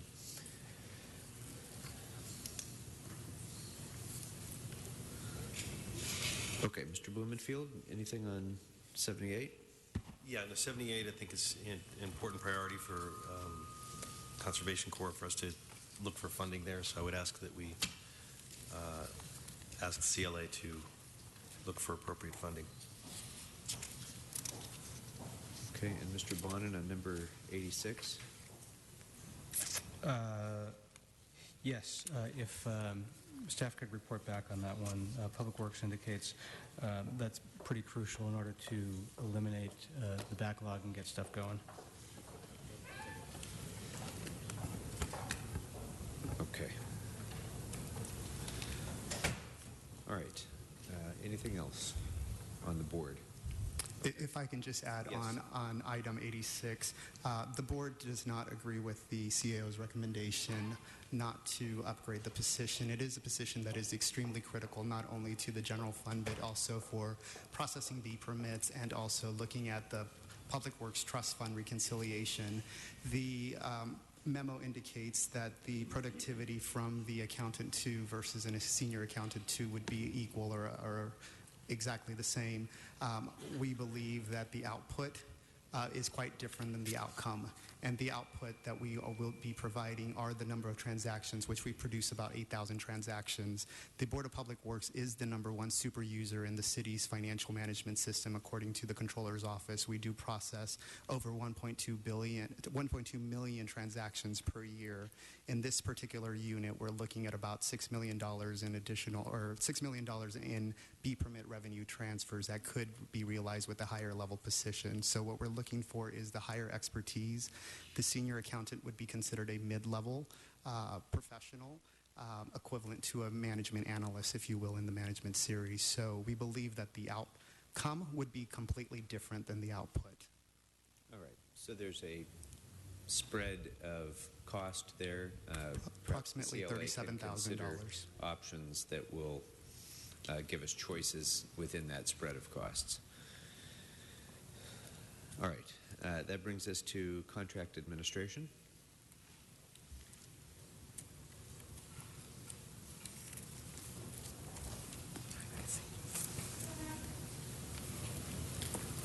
There's only one item for Con Ed.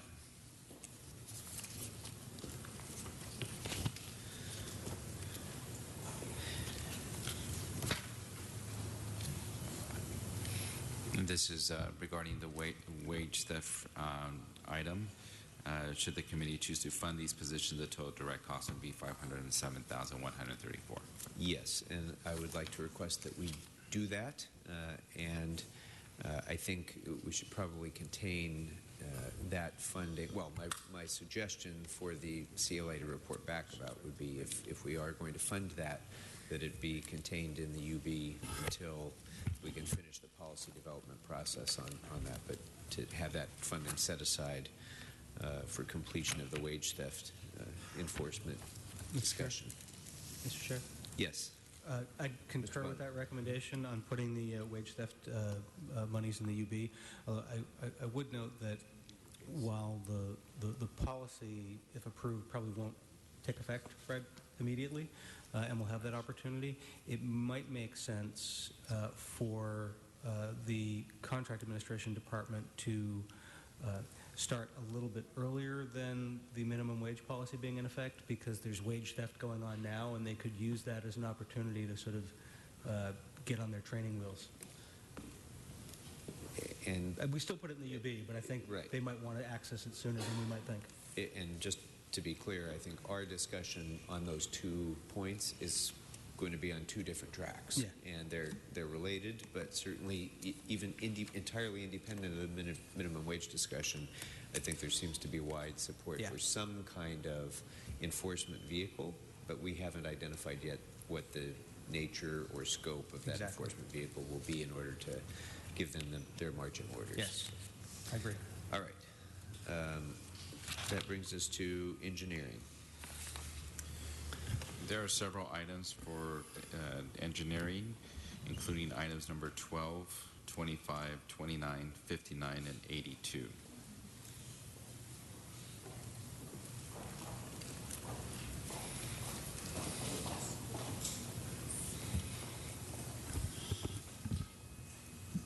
Twelve can be note and file. Okay. I'm sorry, we couldn't hear. 12 we can note and file. 25 as well, we can note and file. Thank you. Those are my two.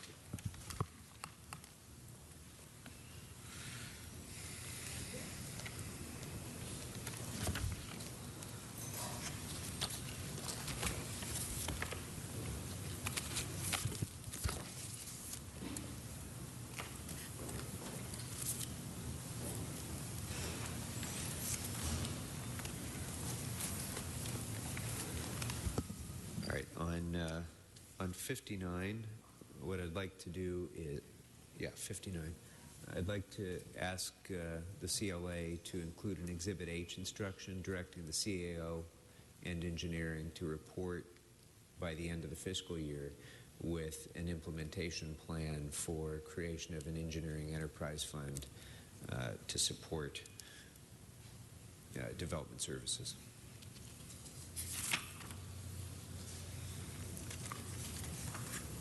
Mr. Bonin, anything on number 29 or 82? No, I'm reluctantly okay with 29 for now. There'll probably be a request in the FSR once they get the study done on the bridge. Okay.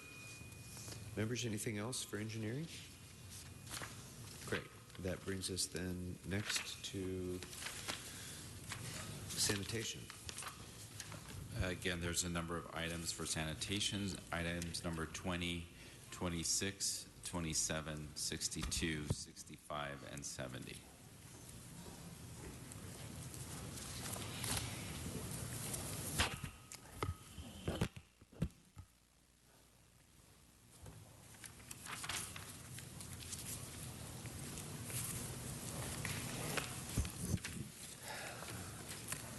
Okay. Members, Mr. Bonin on number 26? Anything? No, my understanding from the report was that the financial assistance program had the resources to continue and that sanitation could cover it, and I'm satisfied with that. Did I understand that correctly, Wilson? Yes? Okay, good. Thank you.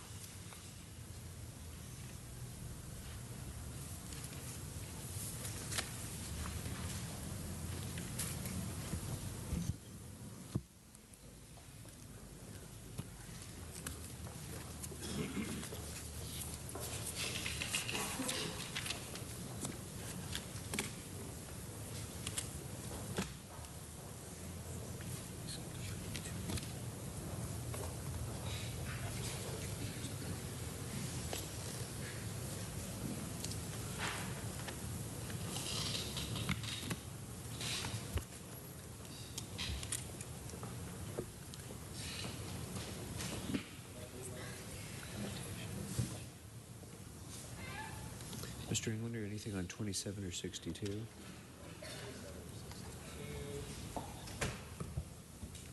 Oh yeah, a whole lot, but we'll go ahead and move those forward. Oh, hold on a sec. Let me go back to the other one, unless I'm on the last on those. No, it's all right. We can go to number 65, the AGM. As there's no fiscal impact to the general fund, I would like to request that the CLA report back on inclusion of the AGM position for oversight of the waste franchise program.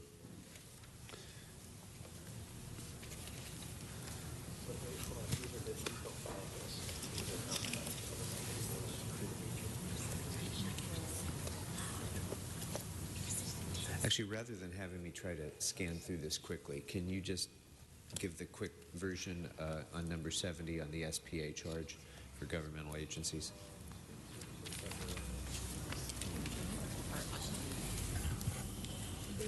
Good afternoon, Lisa Mowry, LA Sanitation Chief Financial Officer. For the charging of the SPAC to governmental agencies, we made a two-part recommendation for it to be assessed on all governmental agencies who aren't paying. Will require a Prop 218 process. Since the SPAC is assessed on the property taxes, when we factor in the time to go through a Prop 218 process and then the time required to get on the property tax bill, those revenues would come in fiscal year 16-17. What we have been advised by the city attorney is that the city can choose to have the city departments pay the SPAC before going through all of that process. So if that was done, then the proprietaries and the special funds could begin paying in 15-16, which we believe would bring in about $2 million in net revenue to the program. Okay, and that would, so it would only be proprietaries and special funded programs included in that? Correct. Essentially what would happen for the general funded departments, right now the stormwater program does not pay all of its related costs. Essentially those could offset each other, and so a portion of that subsidy would actually be the general fund making its payment. So it would have no negative impact on the general fund. In fact, if we brought these revenues in from the special funds, it could help reduce the amount of that subsidy. Okay, is it feasible to restrict that instruction only to the proprietary departments rather than the special funded programs? That could be done. Certainly as far as special funded, sanitation's volunteering to pay it, so.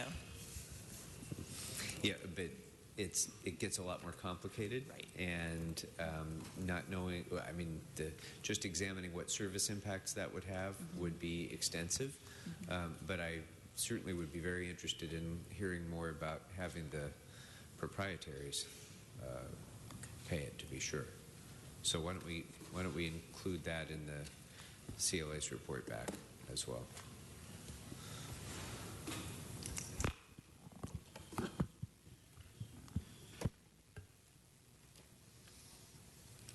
Okay, members, anything else for sanitation?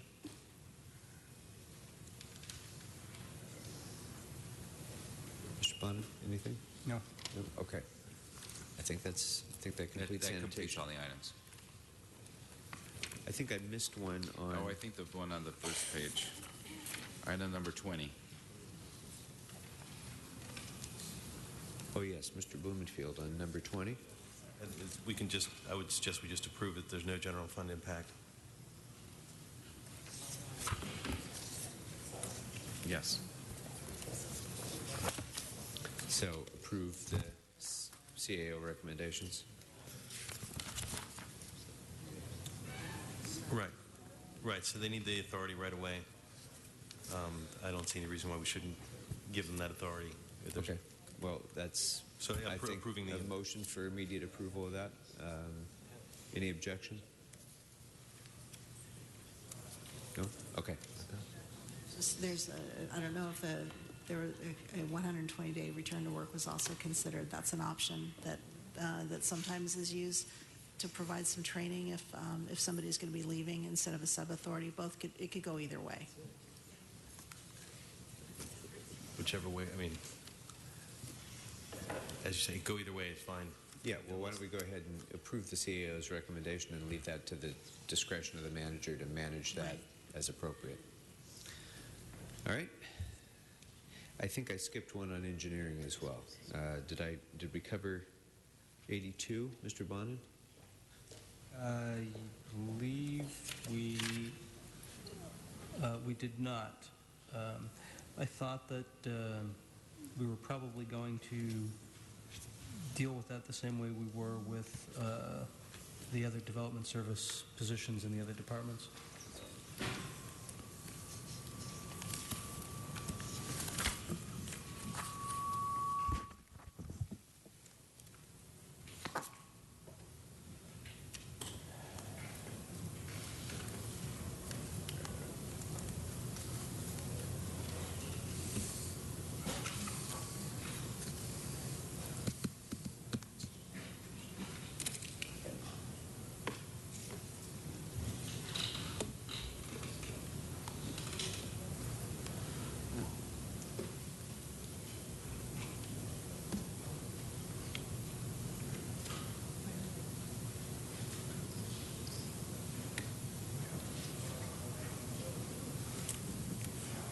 Although perhaps CLA could look at this for us. I do note that in the BOE report on this, it says that the positions could be offset by permit revenues, and that may give us a way to do this.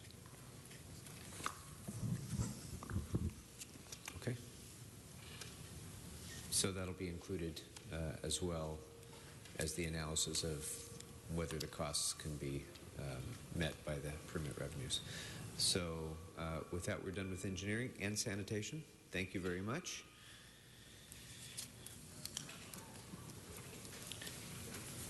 And Mr. Koretz, we passed over a couple of departments while you were in the other committee, so we can go back now to pick up on general services.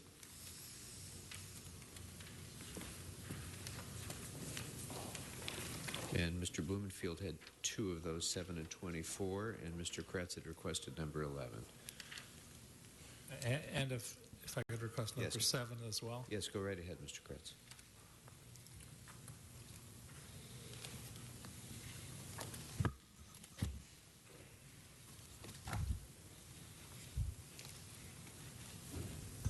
Do you want an overview of that, or you want to go straight into questions?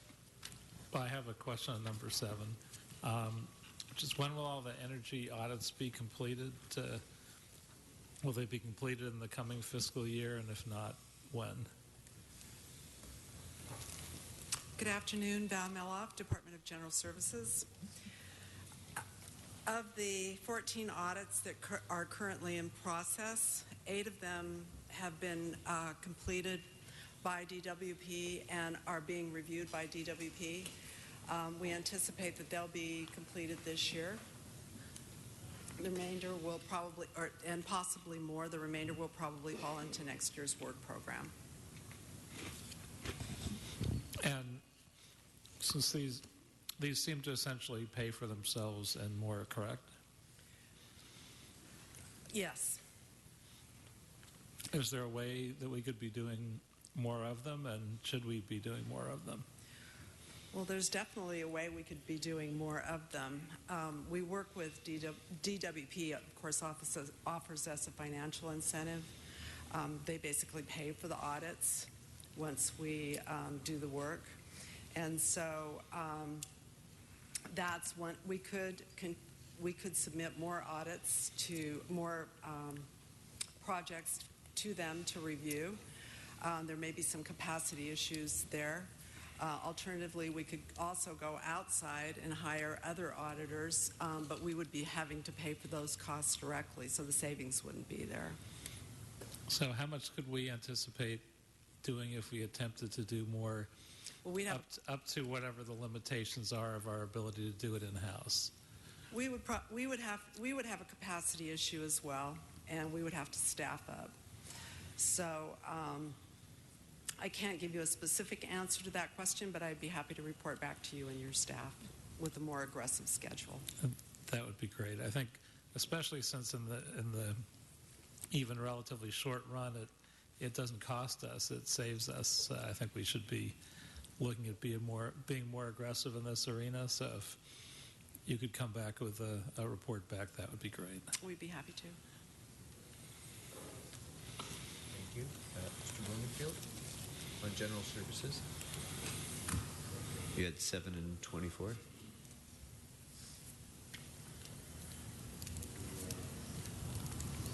Looking at 24, 20, number 7 was just informational. 24. Additional revenue for convenience. Yeah, I think the convention center, the revenue's there. Is that right? And the custodial services for the library, that's a cost to the general fund, but it's more of a financing issue. Is that correct? Yes. I mean, because it gets reimbursed over time. On that issue, the library issue, the revenue is definitely there on the revenue side. On the expenditure side, the funding isn't there. So to bring the budget into balance, the funding has to be added. Right, but we're going to get the So that we revenue. could get- I mean, it'll so be that a we could net do- neutral Right. So that we could- item. So correct. there's no reason why. I mean, we should do it in a net neutral way. We have to front load the money, but we can get it back. The library, once we do the work, we build a library for the services that we've provided, and they reimburse us. So just to be clear, the revenues are anticipated. The funding has not been provided. So if you are to add funding in the budget now, there would be a cost. There would be a general fund impact. But you can't get the revenues unless you put out the cost. So in terms of how the budget was formulated, it could have been that there was an expectation that the department was going to absorb the cost, or whether there was some other plan to have the department pay for those costs. So we can't answer that question. We do know that the revenues have been counted, but the funding has not been provided. Okay, well, who can answer that question? Because obviously it's assumed somehow. Well, the report indicates that there's $1.2 million in one-time money that was not anticipated in the budget that could be used to front pay for those services, right? And then it would be reimbursed from library. Is it just the library positions, or the library positions and the convention center, former convention center positions that get reimbursed? Councilmember Delilah Butcher with the Office of the CAO. What you're looking at here is two different issues. The library issue is separate and apart from the convention center positions. The total cost is approximately $1.2 million if we were to put both of these items in here. If I could first address the library issue. The library issue was the library department requested an increase in custodial services. We are already providing custodial services to the library. They wanted to increase services. At the time of the preparation of the budget, we recognized the increase in revenue, approximately $655,000, and did not provide any increase to the department's base, with the idea that potentially existing resources might be able to continue to provide an increase in services or whatever plan they had at the time. Upon speaking with the department, it was determined that existing resources were not sufficient, so they are asking for their budget to be brought up whole so they could provide this increased services. As Ms. So mentioned, this will be a budget impact, so we would have to identify $600,000, which would either come from these increased revenues, salary savings, or other options, but we would essentially get it back in the general fund. As far as convention center positions are concerned, they initially had 5 positions. One position we provided as a regular authority, that was for the City Hall boiler, so now they have 4 positions in as-needed funding as a request. We did not provide funding, so to identify funding as the offset, subsequent to the proposed budget, GSD reports that there has been increased revenue, which may potentially be used as an option or other case scenarios. That's where the decision is now. And it's increased revenue that could only be used for this. It's not money that would then come to the general fund. It's money that would have to go for this type of activity. I believe this is increased revenue to the city. This revenue does not necessarily need to be tied for this specific service. This is revenue that would go into the general fund for other purposes. Yeah. The revenues that have been recently identified are general fund receipts.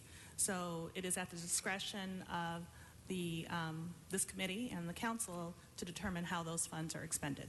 So it could go to GSD, it could go to fire, it could go to police, any number of opportunities. But we need to review those sources to ensure that the amount is correct. So if it's not an earmarked source of revenue that must remain with the department, it's not helpful for us in this discussion because it's the same as any other general fund revenue that we'll be considering when we take up all of the cost items that we're adding to the budget. That's correct. Okay. I guess I'm a little unclear, though. If I understood correctly what you said, has the department already budgeted reimbursement revenues that it anticipated getting from the library for expanded services? The department did both. We requested the additional funding to provide the additional services, and we advised that the library department was willing to fund those services. Okay. So I think what you're asking is, we did recognize revenue for this increased services, anticipating we will bill for this increased service, but we did not provide general fund money for this increased cost. Okay. So the expectation would be that potentially those additional costs or the additional services could be absorbed in the existing departmental budget, and those additional revenues would be realized from library reimbursement. Right? That's correct, Councilman. Okay, but on subsequent review, the workload was such that it isn't reasonable to make that expectation. Correct. But the department still has the almost $700,000 budgeted as anticipated revenues. In this specific purpose, I believe for the 3040 custodial account, they do have millions of dollars in this account, so I'm not sure how much is associated for library. I just know this specific increase would be $655,000. Okay. Sorry, Mr. Blumenfield, I detoured you a little bit there. Continue to detour because I'm still figuring this out.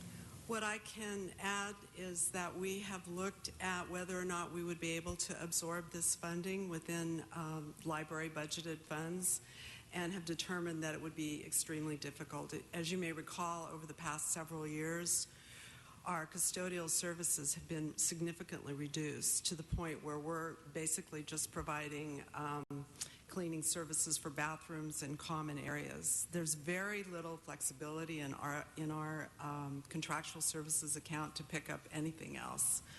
And so that's the reason we came back to ask for the additional funding. We're not that we ask that the imbalance be addressed. Yeah, and I think that's well said, because I can't sort out right now as we sit here what the best strategy to approach that is, but there's clearly an imbalance because there's been realized revenues in one department, a cost to another department, and there isn't the anticipation of the services to justify that. So I'm going to just put all of that in the laps of the CLA and ask them to sort that out. Sounds good. All right. Anything further on that? Mr. Kretz, you wanted to go back to something that... wait, are we done then? Are we done then with general services? No. Oh, okay. Number 11. Number 11, yes. On the City Hall lawn, the South City Hall lawn. I want to find a way to move this further somehow. We're asking our residents and our businesses and our nonprofits to take out their lawns. I think we absolutely have to do it ourselves and be a model. I think it's ridiculous that we are considering not doing that. And I think we have to do it better than just the cheapest alternative on the market. We should be the best practice example. So we need to grade the ground for rainwater management, maybe install a cistern, install native drought-tolerant plants, and cover the soil with mulch to keep the soil healthy. And I'm going to guess that some of our terrific environmental nonprofits in this city could help us get it done and help us fund the project. So rather than just saying, hey, there's no way to do it, I think we need to find a way to do it and to do it right rather than just do it cheaply. So I don't know if you have any thoughts on that, how in the budget process we address that. Well, we concur with you. And we already have a contract with the Conservation Corps that will allow us to go forward and do this work much in the way that you've just described. However, and as you probably gathered from reading our memo, there is a DWP rebate which will offset about $45,000 of the work. We need some additional funding to get to that $200,000 total. And our goal, we're looking at potential sources of funding both within our budget and and it's a little early to identify savings in next year's budget, but our thought would be to work with the CAO, the CLA, and the mayor's office to see if we could do that to keep, and in the interim to continue work on this project to the extent that we can. And we can also look into the idea of getting working with nonprofits to get this fund, environmental nonprofits or entities to get this funding as well. I was thinking both funding and guidance, because to do it as I have described, we want to be sure we access the talent and knowledge of some of our nonprofits. And the one you mentioned may be able to do all of this, but they might need some guidance from some other places as well to do it as perfectly as it should be done. We've actually already finished one at Fire Station 81 out in the valley, I think, and we're working on two at the West Valley Municipal Facility and at the library. So we're going to learn from those projects as well, and we'll go out and get the guidance that you recommended and continue to learn and improve and get this job done. And I don't know if we've looked at all those factors in the ones we've already done, but hopefully we'll look at taking those into account in the ones we do in the future. But the largest and the most obvious is our front doorstep at City Hall. So it seems critical that we would not only do it, but that we would do it right. So one way or another, we want to see that done in the next fiscal year. Okay. So we'll get a special study report back on some of those options. I do feel like I need to say, just for the sake of context, that the Occupy LA protesters destroyed the South Lawn, and they cost the taxpayers of Los Angeles over $600,000 in last year's budget when we did exactly this. We re-landscaped the entire lawn. We included drought-tolerant landscaping. We included lots of turf reduction. And this council decided among three options: the $1 million option, the $400,000 option, and the $600,000 option, as I recall it. We chose the middle one, and we did use local nonprofits, and we did use the pro bono consultation of lots of landscaping professionals around town who wanted to contribute to that project. And we spent $600,000 to restore that landscaping, and at the same time to make it more drought tolerant and include native plants. So while I think we can always do better, and I'm looking forward to hearing what the reports are, I will signal in advance that I'm going to be a little bit concerned about taking out the $600,000 investment that we made last year in order to make an additional investment after we've already made that decision, particularly because that lawn is a public gathering space as well. And we can't have a cactus garden in a place that people exercise their First Amendment rights to protest in front of City Hall. I think we might have some complaints about that as well. So I would like to consider that historical context when we do get this report back so that we can make an appropriate decision. In my view, I would love to have seen the vandals who destroyed city property and cost that expense to the taxpayers held accountable for that, but apparently that was not something that was feasible to be done. Mr. Englander, you wanted to? Yeah, just in light of this new information, I'd like a report back on installing cactus. Maybe strategically located cactuses at a few places around the lawn. Yes, Mr. Bloomfield. And echoing your point, I mean, I'm a big advocate of drought-tolerant landscaping, but we also spent some money on smart irrigation on our south lawn and make sure that we take into consideration those investments, and when we look at overall our city properties, we figure out, how to maximize our dollars, because there's some other ones that don't have the smart irrigation where we could make get a bigger bang for our buck in terms of replacing the turf. So just in terms of your contextual issue, all for the drought tolerant thing, but I do want us to be smart and not, and go after the biggest bang for the buck. And one of the elements, we're working with Recreation and Parks on that issue, and one of the elements is to replace the irrigation systems as part of these projects. And so that will be an element that we could report back on in the special study as well, how we do that, how smart we are. Great. Thank you. All right. Anything further on general services, members? Okay. So let's go back now, if we can, to personnel, which we postponed as well. We have 3 reports. Mr. Englander on reserve officers, Mr. Blumenfield and Mr. Kretz on digitization of personnel files, and Mr. Kretz, Bonin, and Blumenfield on backlog of something. My notes aren't complete on that one. All right, report number 37. Mr. Englander, you want to start on 15? Do you have anything on 15? Yeah, I'd like to.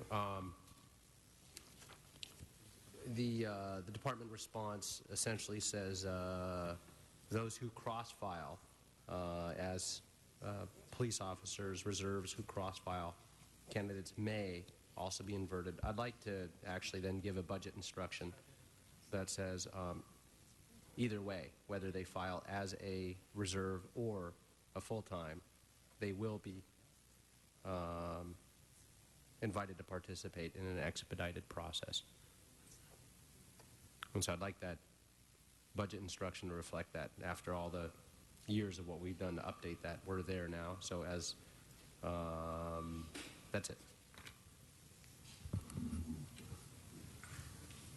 Okay.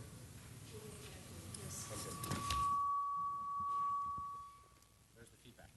Wow. Yeah. Okay. Mr. Blumenfield. On 16. On 16 and 37, I mean, I think that both of them, starting with 16, potentially could have good payoffs in the end. I take the point that Mr. Cole made in terms of we have a lot of priorities and we have to figure that out. But to keep this one in the list of ones that we're looking at, because it's one of those, we know it's going to save us money down the road. It may not, pay off this exact year, but it's one of those things that's it's inevitably going to save us money and effort. So keep it on the burner as we go through this. So the $81,000 for the pilot program in 16 will include in our options list. Yep. All right. And item 37, Mr. Kretz, anything, or Mr. Bonin or Blumenfield on 37? 37? Yeah, Mr. Kretz. I agree similarly to 16, which I think is a very small price to pay to begin the process of bringing our personnel files into the 20th century. I think bringing the examination backlog down is probably one of the most critical efficiencies the city should look at. So I'd like to have us include all 3 of the tiers that were suggested as options, and give us the opportunity to figure out where we land on that once we start comparing our priorities. But personally, it's among the top several of mine that I think there may be almost nothing else we can do that contributes more to the efficiency of the city than eliminating that examination backlog more quickly. And with the high percentage of retirements that we're anticipating, I think we will regret not moving more aggressively in this arena. Okay. Thank you. Mr. Englander?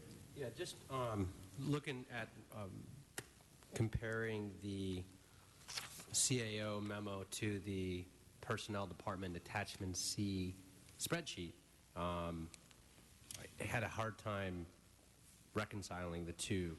The CAO assumes on an average of 17 new exam requests per month, it's estimated that the examining backlog would be eliminated by June of 2018 if no additional resources are provided. Yet the spreadsheet on attachment C, if you expand that out, says that the backlog is eliminated by December 31st of 2019.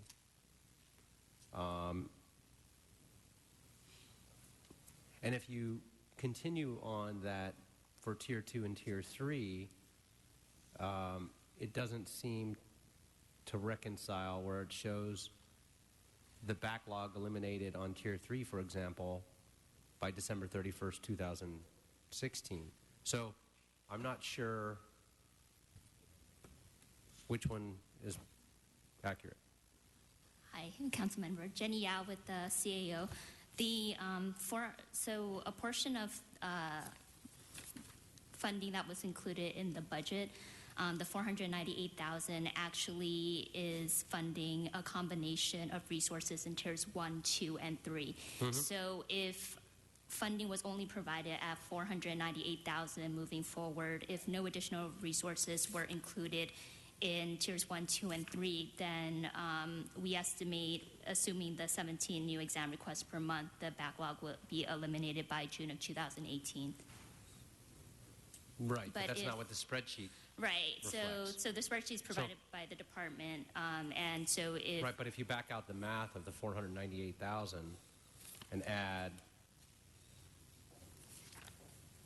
it just doesn't look like it computes. So the tier 3 resources, the additional cost of adding that back would be $1.41 million. So if you add $1.4 million to the $498,000 that's already included in the proposed budget, that's the $1.9 million in attachment C.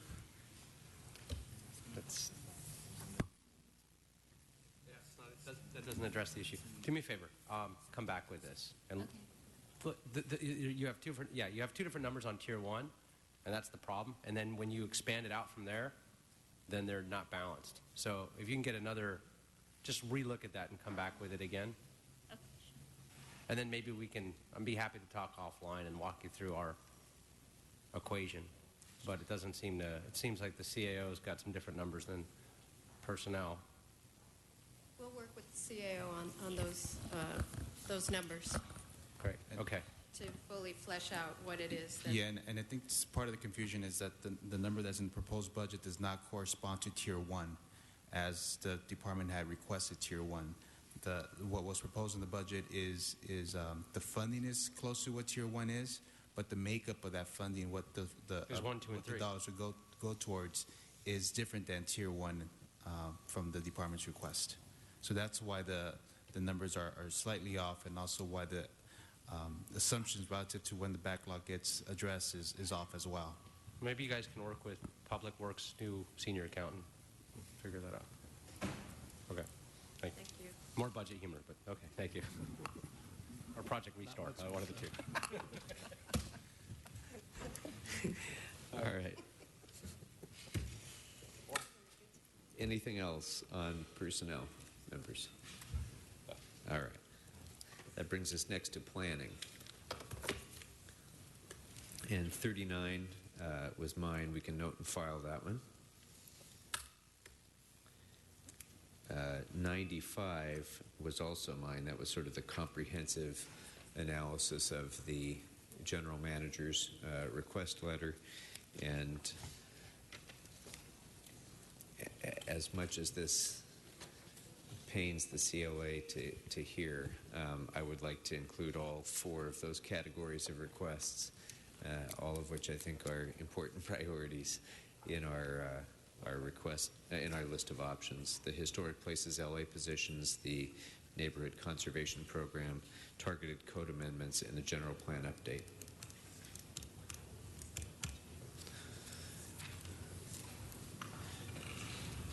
All right, members, any of the other reports? Mr. Bonin? Brief, please. Go ahead. Okay. Could planning staff come up for this one, please?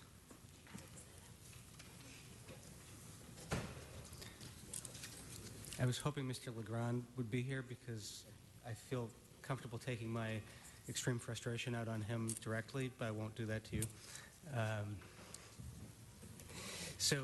This has been a recurring issue. This is regarding the local coastal program in Venice. This is an absolutely imperative program to get done. We have to get this done. There is an explosion of development in Venice. The codes and the zoning regulations in Venice are outdated and not serving the current needs. The Coastal Commission has put us on notice that we need to complete a local coastal plan. We were supposed to have done it in the 1970s. They are so frustrated with us that they are now basically halting even minimal de minimis cases and making them go through a coastal development process, which is costing someone who wants to fix up their home a year and tens of thousands of dollars. It's bad for the city not to have an LCP. The Coastal Commission feels so strongly about this that they have given us 2 different grants. I feel so strongly about this that I have actually sold a piece of property in Venice to partially fund this. I was surprised and disturbed by the department's response from the response from CAO. I think it was amended, and there was a second one saying, well, we'll look at this, we'll look at creating these positions or funding these positions or giving authorization to fund these positions once we receive grants. We have received 2 grants. We have received a grant of $100,000. We have received a grant of $250,000. The planning department has yet to bring these grants to council for approval, and I'm more than frustrated that the department is not moving forward on this. It is imperative. I can't tell you how important this is. The Coastal Commission told another city up the coast a few years ago they couldn't issue any development permits, period, until they got their LCP done. And we're getting close to that. What I would like to see us do, I'm not going to ask for any of the money right now, except for any associated costs that may come with the positions I'm asking to be created with the money that Coastal has given us. I would like planning to bring to council immediately, like within the next week or 2, these grants for approval. And I would like in this budget for us to be giving the instruction to create these positions and get this work started. I will give more money out of the sale of property in Venice, and then the city's going to need to kick in some money as well. But it doesn't need to do it this year, but we need to get this started now. So I'd like the direction to be that we get these grants approved by council now, that we give the authority to hire and fund from the grants in this year's budget and hire this year. Was I too vague? It's a pretty fine point. Thank you. Thank you. Okay. Thanks. Mr. Kretz. I just wanted to clarify that in the chair's mentioning of issues that 99 and 42 will still be on our priority list of things to consider, and that just for the record, the only thing that in the entire budget that I absolutely insist on, otherwise I can't support it, is number 99. We have to have these 2 positions for planning staff, and hopefully as soon as we pass the budget or before and know that these positions will be ongoing, we can try to hire them with the money that we have already set aside in this year's budget, which should have been used to hire them quite a while ago. So just 42 is a little different. I was just looking at that. Mr. Englander is going to address that in a moment. But 99, I do just want to make sure that those positions that Mr. Kretz asked about in 99 are included within that larger report, right? But we will have options as to how long of the budget, how much of the budget year we'll be funding them for, depending upon hiring expectations and so on, right? So that will be one of the decisions we'll have to make when this comes back. Okay, so that 99 is incorporated within that, but number 42, Mr. Englander wants to address. Okay, yeah, 42 is fine. I just want to go ahead and convert it to an actual budget instruction now, that memo, so we can codify it.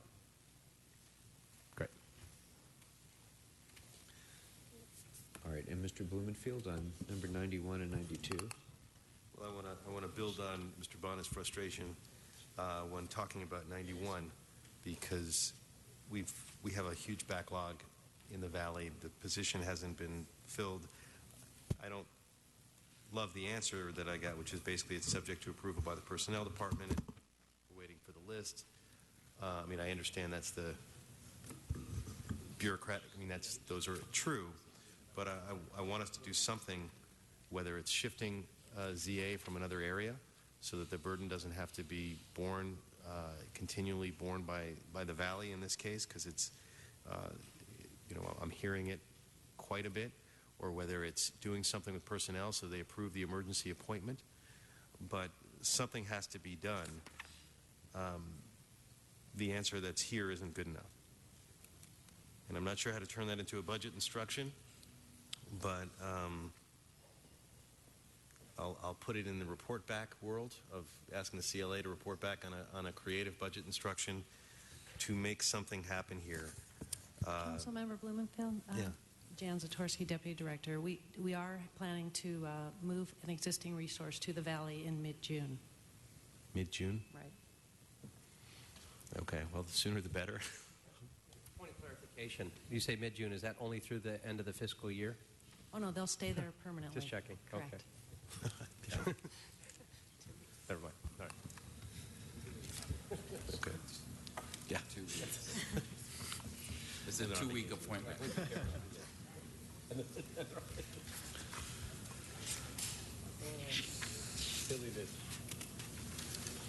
Okay, anything else on planning, members?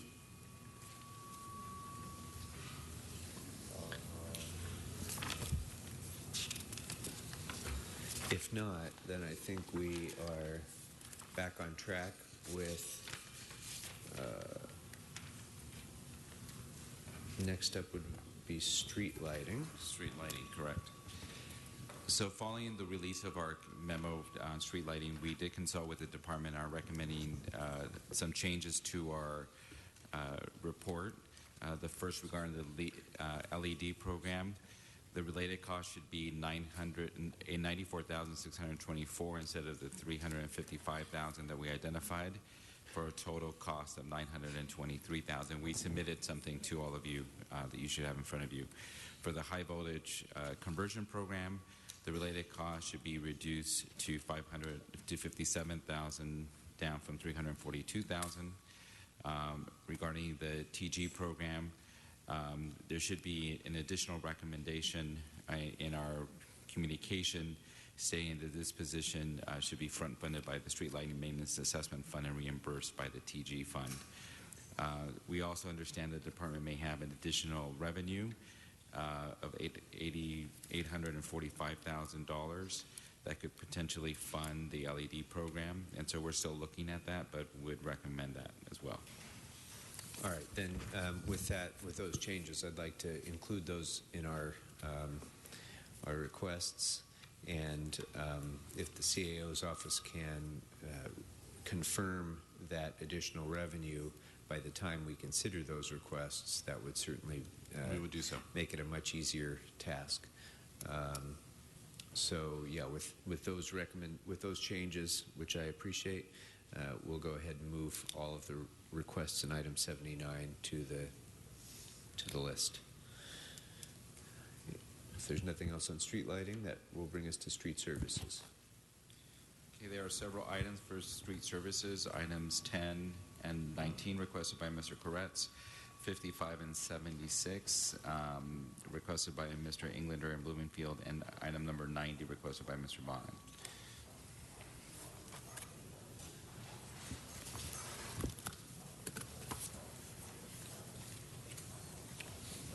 All right, Mr. Kretz, do you want to? Yeah, a couple things.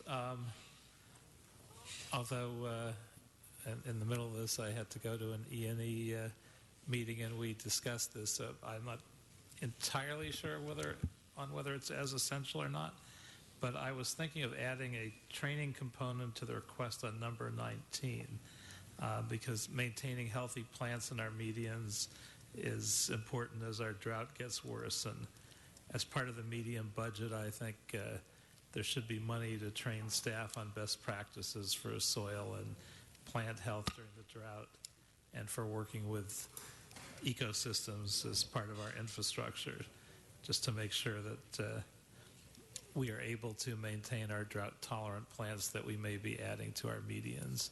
Now, there was some discussion of the fact that we do some of that already, so I don't know if the department would comment that that's still necessary funding or not.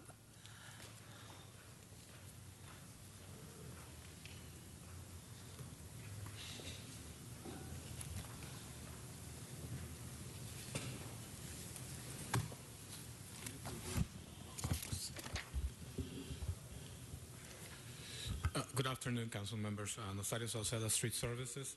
Yes, indeed, our staff has been in the practice for the last, I'm going to say, 6 or 7 years of replacing normal plants with drought tolerant or succulents.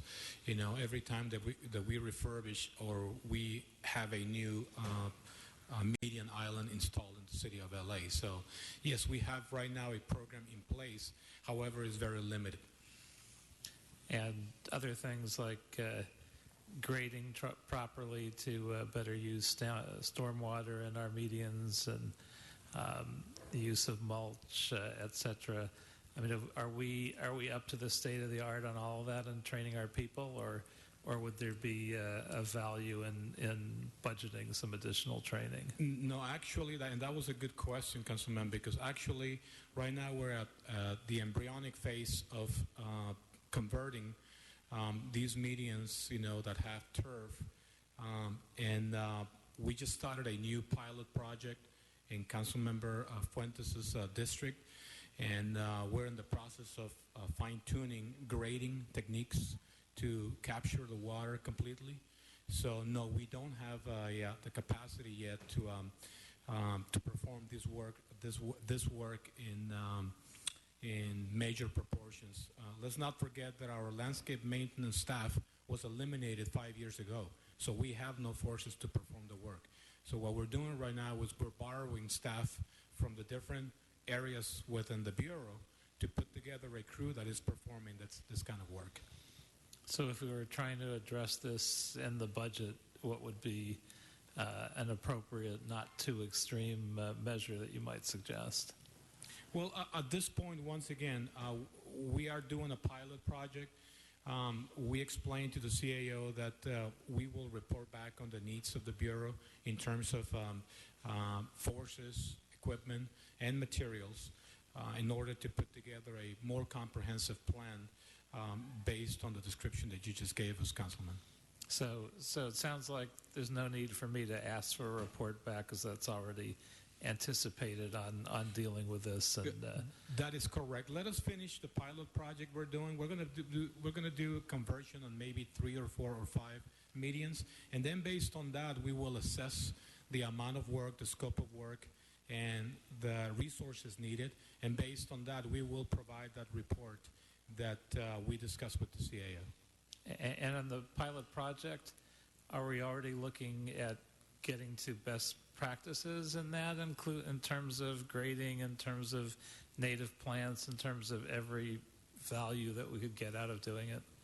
Yeah, that is correct. As part of our involvement in the sustainability plan, we are partnering with sister agencies such as DWP, Sanitation, BOE, and we're basically collectively are creating these ideas for future projects. Very good. And under number 76, it seems to me that because Street Services is so involved in so many environmental issues in terms of sustainability, that I'd like to have us include a chief sustainability officer for Street Services among the list of priorities that we are choosing from.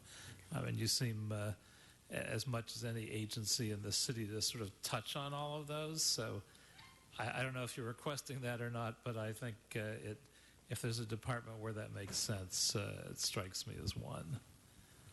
That is report number 76, and there are three options.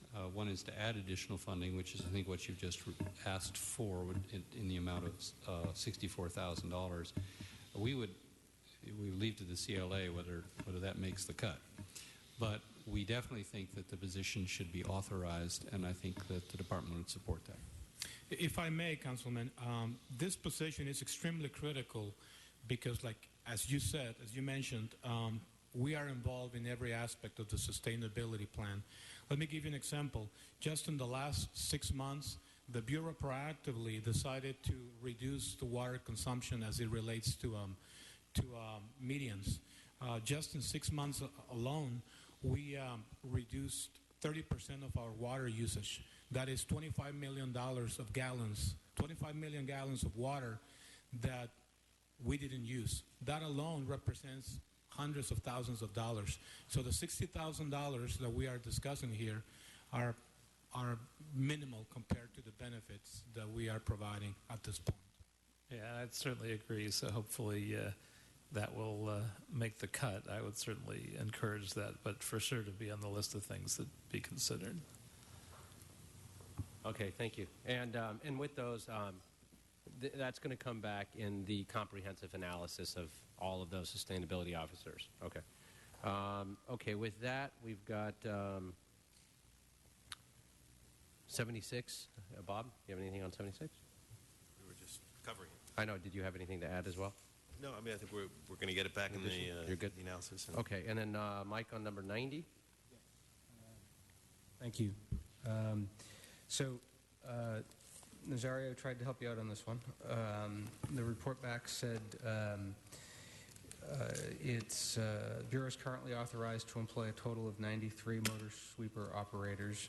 As of April, there were 16 vacancies. So CAO is recommending the Bureau fill all the vacancies before consideration is given to adding additional motor sweeper operators. They suggested you report back with an outline of the additional staffing and resource needs after the existing vacancies are filled. Does that work? Yeah, we agree with the report. We work very closely with the CAO, and we agree with the report. The challenge, of course, is we lose people faster than the ability that we have to replace them. We are right now. We're currently hiring emergency appointments. We don't have a permanent list yet. So, but we agree. We will try to hire them as soon as possible, and then we will go to the next phase, which is adding additional resources. Thank you, Mark. Thank you. Okay, and then I think the only last one on that was item 55, which was mine, and that was on a PIO, or the PAO, the Public Affairs Office. I recognize and realize that each and every bureau and department citywide would be honored to have a public affairs officer, as neighborhood councils and HOAs and so many require information and for you to participate out there. While there's no requested funding this year, it wouldn't be sustainable for next year unless we included it. Then we'd be cutting it. So it's hard to justify, for me personally, with every department, quite frankly and honestly, outside of being public safety, hiring somebody to go out and tell people that we have no money to pave their street, but we can create a position to go tell people we don't have the money. So I think we'd go ahead and note and file it for now, unless we can figure out something else. The recommendation that I had made earlier was that perhaps we could work a little closer with the board, rather than just the Bureau, but the board, to figure out some opportunities and synergies to do that. Because I know a lot of the board members and their staffs and others are attending a lot of those events and functions, so maybe they can cross-pollinate and cover some other issues. But that's what I would suggest at this time. Okay. Okay. Oh, excellent. Thank you. Okay, so that covers public works, street services. With nothing else there, we're going to go ahead and move on to recreation and parks. For Rec and Parks, we have items number 3 requested by all the members, item number 21 requested by Mr. Bloomingfield, number 22 requested by all the members, 23 by Mr. Bloomingfield, and 44 by Mr. Englander. Great. Excellent. Thank you. Okay, jumping right into this on number 3, this was an all-member for the superintendent position at Venice. I think there was one question that came up, or a couple of questions. One, if that were funded, would then the one that, would the Valley then be able to have their own dedicated Valley rep, since Venice can then cover sort of Venice/West Side?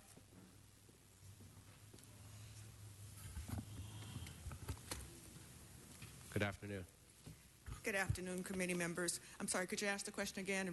Regina Adams, Executive Officer for Recreation and Parks. Thank you. So I guess the question on the superintendent position for Venice is if that were funded for that position, would then be possible to have a dedicated one for the Valley, since right now they're sort of split and not designated regionally, dedicated to the Valley, so Venice can cover sort of Venice/West Side, and the Valley would have then a superintendent dedicated to the Valley. Would that be possible? Our preference would be to have the existing superintendent position, which now covers the Valley and the West Side, including Venice Beach, remain to have the West Side and the Valley. And then we would only have this new superintendent for the Venice area. Because of all of the things that happen at Venice and also the number of visitors there and so forth, our preference would be to have this position solely dedicated just to Venice. Well, we'd ask that you relook at that and see if it's possible. And why don't you report back then and see if it's possible then to have one. You got almost half the San Fernando Valley is almost half the city, nearly 2 million people.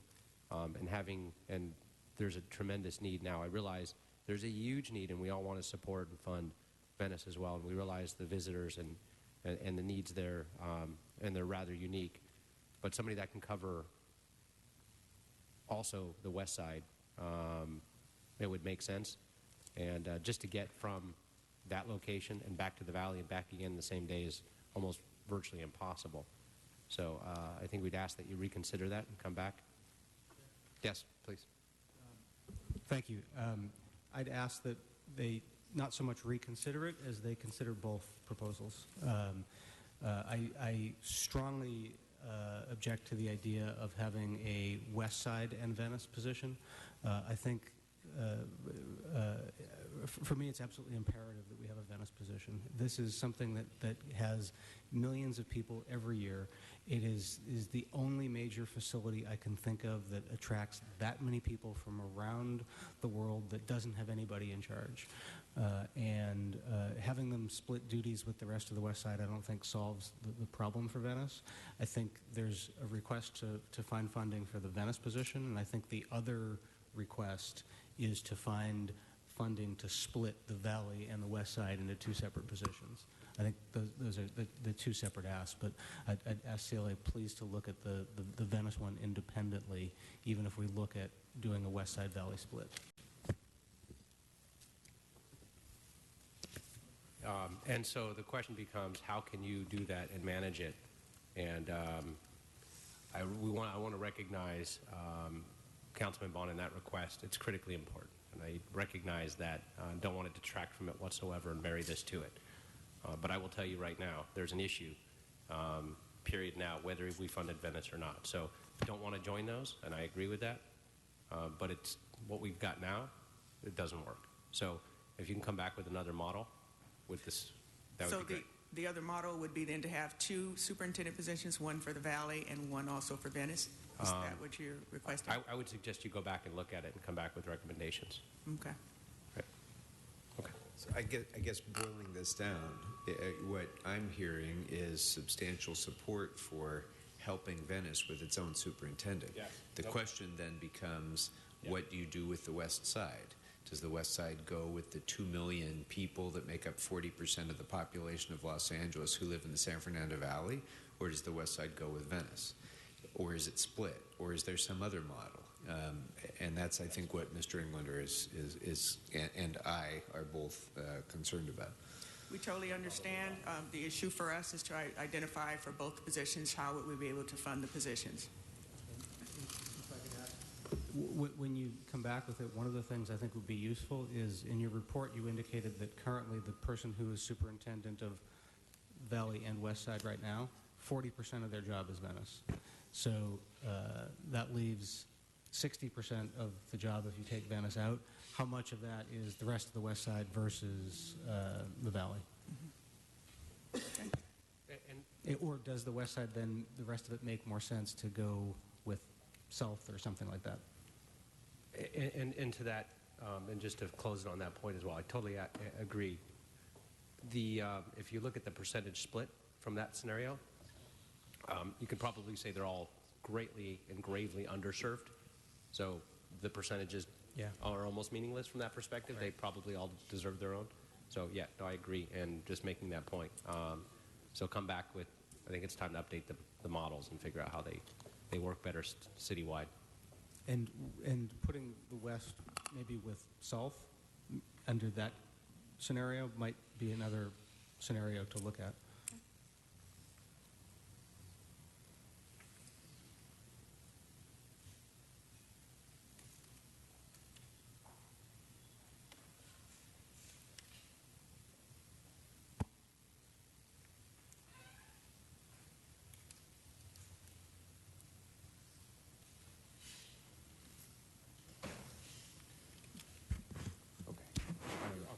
Mr. Linder, where? Yeah, so we're on Rec and Parks. We just finished just the first one, number 3, and the next one is number 21, Mr. Blumenfield.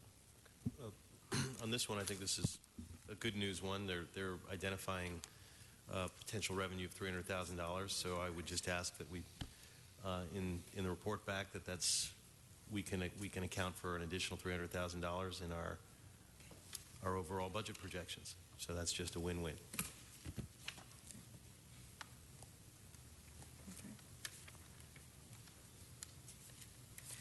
Well, is that net revenue is not realized, though, until the following fiscal year, right? That is correct, until the open venue model has been implemented. I thought this was for the last quarter of this year. No, this is the last quarter of the next fiscal year. So it does not... I believe you're correct, Mr. Blumenfield. I think it was for the last quarter of 2015-16. Right, so when we're looking at our budget revenue projections for the upcoming year, this represents an additional $300,000 into our overall budget, which is, I mean, it's projection, but everything's a projection. It's good news for our overall numbers. Right.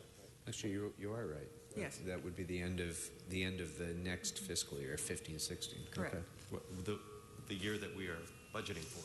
So then, well, let's just to be clear, the year that we were budgeting for that has not yet begun. So it is the next fiscal year. Yes. Exactly. So, why don't It's a credit of $300,000. It is a potential credit of $300,000, which we would like the CLA to be able to evaluate and report back on the reliability, I suppose, of whether we can assume that revenue in the fiscal year projection. Yeah, I mean, where we put it, if it's in UB or whatever, that's the big recommendation. But I think it's as valid as every other projected revenue that we have in our budget when we look at the budget. It doesn't mean we should go off and spend it. I'm not saying that, but it's a projection. Let's toss it in. I just wanted to make sure that also, too, for the revenue that we're expecting also from the Greek, that is to be applied to the capital improvements at the Greek as well. So just that's part of how most of it will be used as far as to help with that. So is it limited revenue is what you're saying? Is it what the uses of it? A large part of it will be used to help fund the capital improvements that are needed at the Greek. So it's specifically limited to... No, it will also help support the rest of the department as well. It's not limited at all.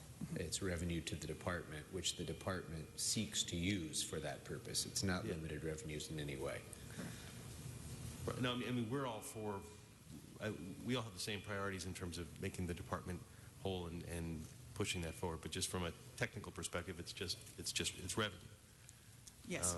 And then we have to figure out what to do with it as a body. Okay.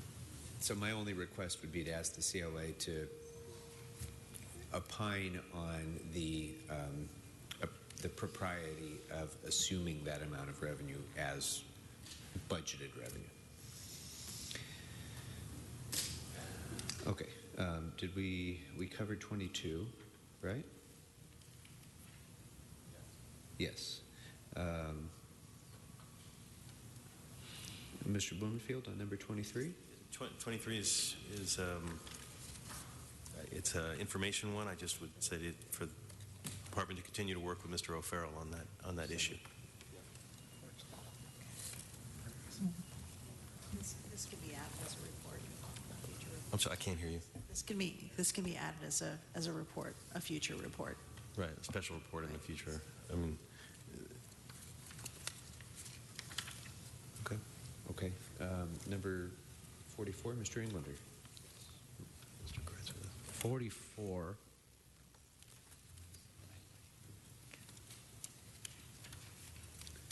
The question was, the San Fernando Valley appears to be underrepresented with just 5 of the 32 summer night light sites.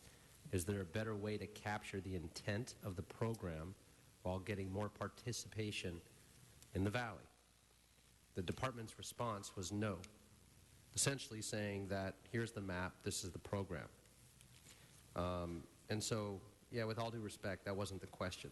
From reading the map, there are no sites at all in CD 12. There's also no sites, by the way, I don't believe, in CD 11, CD 5. There's one in CD 4. And what it appears maybe one in CD 2, although that could be in CD 6. CD 2. CD 2, there's one. So I think in looking at, and what I'm trying to say is it's a great program. We're all very supportive. I think we'd all like to very much fund this program, and it's critically important, and it shows great results. There's a need, and there's a greater need in many other communities. Notwithstanding that, there's a tremendous need citywide, and there's a need in the San Fernando Valley as well, but it certainly doesn't reflect it. So we would like, and the intent and the question was, is there a better way to capture the intent of the program with more participation? And I'll change that from in the valley to citywide. But that's not what was reported back. So I'm going to ask the department again to report back, or if there is no response back, perhaps we can look at some other means. Okay. First of all, for our response, it wasn't that there couldn't be changes made. What we did report was that this program has been under the Office of the Mayor, and so the sites had been selected and the areas had been selected by the Mayor's office. We are supporting part of the program. We are already in the process right now of preparing the program for this current summer, 2015. There can be discussions with the Mayor's office and the council offices as far as for 2015, summer of 2016. Let me ask you, but this funding is for also through July for next year. Right. Okay. So that's what I'm saying. So there is. So we haven't funded it yet. So what I'm asking you to do is come back. It's now under your department, and look at other opportunities, because this is not yet funded. It's not yet started. And look at other opportunities for going into next fiscal year, which starts July 1st. Where it's more equitable, and there's a great need citywide for this. And these are all general fund dollars, are they not, for the most part? Yes. Okay, so that's what we would like. No problem. Thank you. And so that should come back in the form of this budget and for us to look at and consider. Great. Thank you. Okay, anything else for Rec and Parks members? Great. Thank you very much. That concludes Rec and Parks, and it brings us to Transportation. And Mr. Bonner, do you want to start on speed humps, number 4? Actually, I think it might be worthwhile to start with your item 57, since it's a little bit, I think, foundational. 57? Yeah. I was going to note and file that Okay. in the report, but Then that, I think, takes care of that. So, come on up.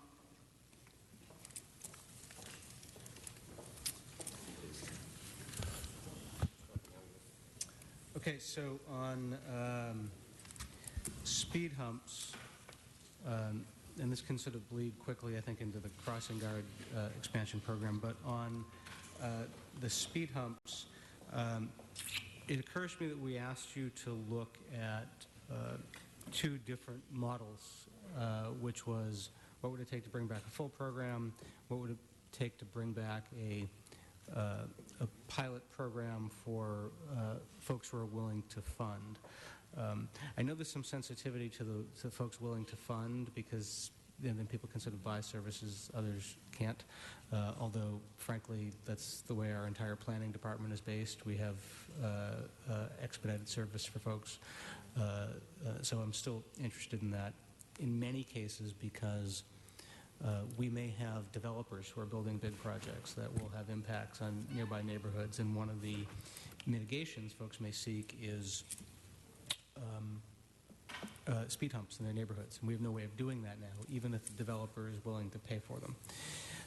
But there's also another model we didn't ask you to look at, which was, can we start with something small that we can then ramp up in other years, and maybe we can do it through an application award type thing based on need and stuff like that. What would it cost to do something like that? So it's a good question. Under any of these models, the department would need to get a person on board and take some time to set up the criteria and the program.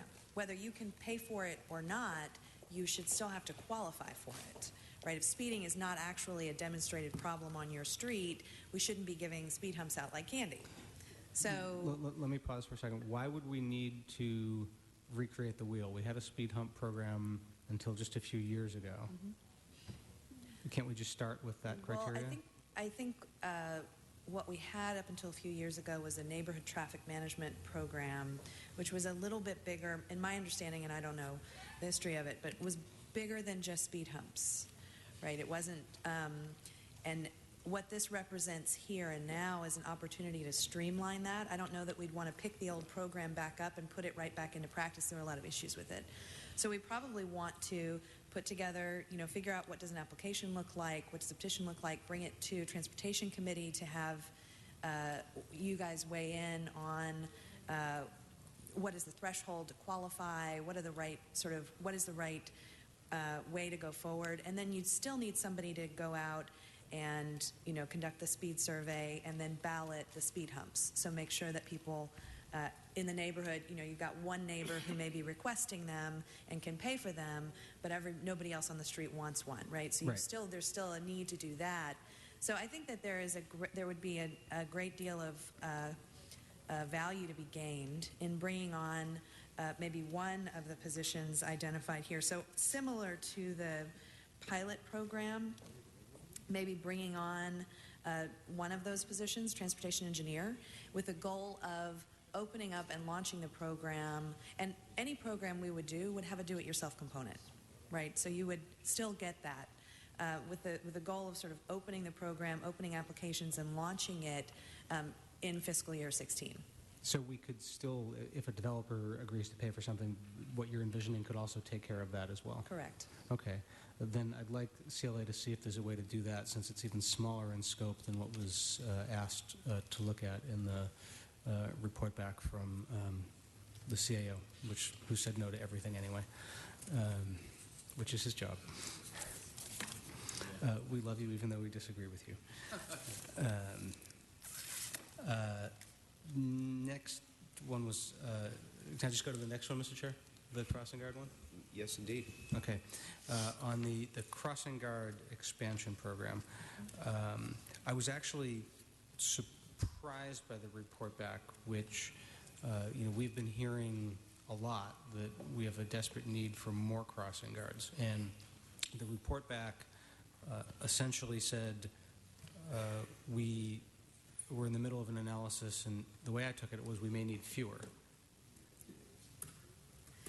So I can clarify, I don't think that we'll be in a position to need fewer, but I do think we've got two buckets, right? We've got the bucket of all of the corners that we serve today, and we've got the bucket of all the places where we have a request to come out and evaluate a corner near a school. In this first bucket, we are still serving corners that no longer qualify, And that's the study that was underway. So there are, I'll say a few dozen schools where either there are no longer, there's no longer children crossing at that location, or we've installed a signal, so we no longer need the crossing guard, where we might consider having a conversation about moving those guards elsewhere. This other bucket, where we have requests, would still exceed the 410 cap that we have. Now, once you sort of go through all of that and put it all together, I can't tell you with certainty what's the right number of crossing guards for the city of LA, and so it will exceed 410. By how much? My sense is the number is not hundreds, but we just don't have it at hand. Do we anticipate it's fewer than 100? Yes. Fewer than 100? Yes. Yes? And how much does each crossing guard cost? These folks are not getting paid a lot of money. They only work a couple hours a day. Yeah, they get to about $15 an hour for 4 hours a day. For 4 hours a day. So it's $60 a day. So what I'd like to know is if CLA could report back on maybe setting aside some money in the UB for potential use for additional crossing guards once the DOT study is done. That way there's some flexibility. And then the final one was... Before you move off of that one, that great request. I was going to suggest the same thing, but I would just add one caveat to that. Don't need to have a real dialogue about it now, but I do think we have to have some kind of a system in place so that we don't run into a situation, again, where 40% of our crossing guards are showing up for work every single day at a place that they aren't needed, or at least they aren't needed by our standards. 40% of the crossing guards. That, to me, that there has been a failure in the system someplace if we don't know that much earlier on than waiting for, a survey. The supervisor of that crossing guard should know whether that intersection that crossing guard is showing up for work at every single day qualifies or doesn't qualify. And there might be a reason to make the decision to continue to deploy them that way, but it should be a conscious decision and not one that just happens by default. And I think we have to have some system in place to ensure that happens as we move forward. So, sorry, Mr. Bonin, I just wanted to add that. Yeah, no, totally. Go right ahead. Thank you very much. Thank you. So I also wanted to ask about the item 56, which was the quality control resources for the outside contractors. One of the things that has been a recurring issue around the city, particularly robust discussions in Transportation Committee, is about the fact that we, in last year's budget, came up with more money for repaving, but not sufficient money for DOT to do the restriping, which obviously creates problems when you don't have stop lines, crosswalks, center lines. And so in this year's budget, the intent was to make sure that those resources were matched. And what this ask was, since the way the budget dealt with it was to do outside contractors, was to ask whether or not there was sufficient quality control and oversight provided for in the budget for the outside contractors, because we've had a problem with outside contractors in tree trimming that have not been good. So it looks to me like the report back, correct me if I'm wrong, said that there's still a need for additional resources in order to properly do the outside contracting of the streets resurfacing. That was our analysis, yes. Okay. And how much is that going to take? I'm looking at the report, but I don't see the number. Is that in your cover sheet, Mr. Santana? So it would take a transportation engineering associate and a couple of transportation engineering aides. That's right. It's 4 positions totaling a full-year cost of $656,000 for indirect and indirect costs. And this is one of those, that's a 4-year cost. No, that was a full-year cost for the 4 full-year cost, okay. Given that it will take us some time to get the contracting system going and some time to hire these folks, what's the actual amount of time we think we're looking at? We calculate about $359,000 for 9 months funding. Okay. This is something we definitely have to take a look at, because otherwise I don't think we can properly do the outside contracting for the restriping. I think we're going to blow a lot of money on that if we don't, because we won't have anybody checking on the work and making sure it meets our standards. So CLA, if you could look at that one.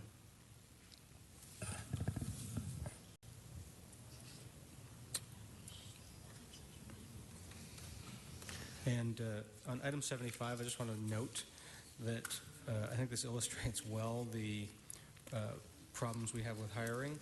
Last year, exactly a year ago, we authorized more new positions for DOT in a number of different categories, and 25 of them. And right now, only 8 of them are filled. 7 of them are still in process, but only 8 of them are filled. So hopefully with managed hiring being gone, we'll be able to dispense with that problem. I share your sense of hope and optimism. Yeah. I can tell by the facial expressions that we're not too rigorously optimistic about that. Hopefully when Karen and Sharon find all the additional money for the personnel department, they'll take care of it. Amen. Thank you, Mr. Chair. Thank you. Mr. Englander, you had something to add on transportation? Oh, yeah. Thank you very much. Just a quick thing. As it relates to the ADSAC location, and we have, thank you so much, we've been meeting with BOE, and we know that the studies, and there's been some studies that have already been started as well, and it's great stuff, and it deals primarily with the facilities and moving the facilities. But I think we need to take a step back before we finalize the actual location, because those were done without looking at alternative technology means and updating the infrastructure. So what I'd like to do now instead, because we can look at cloud-based systems, we can look at getting rid of the servers and upgrading the actual pipe infrastructure and fiber and some other methods where we can actually greatly and vastly reduce the footprint and consider alternatives such as the EOC or other places that may work. So I'd like the CLA to immediately begin working with the CAO and DOT to commission an outside consultant to study the technology needs for ADSAC. I also think due to the critical function of this, it should be done immediately. This should be one of the most important studies done as quickly as possible. And I know some of our technology partners and contracts we already have are more than willing to help work on that. I've spoken to several of them already, and they're more than willing and ready and able and willing to work with us on that. So that's something after, and I know the chair of transportation who recently toured the server rooms as well probably concur. So if we can ask for, instead of a special study, an immediate special study, urgent forthwith. We don't have that here. We don't have that. It's not in the budget. We can try to get something done on that as soon as possible so we can get that moved. Got it. Great. Yes. And to that, we talked about it a little bit, but looking at the ways and other of these technologies that are out there that we can partner with, as the mayor alluded to in his speech, that could help with ADSAC and some of this real-time information, would be important. Okay. On items, I'm sorry, Mr. Englander, on that point? Okay.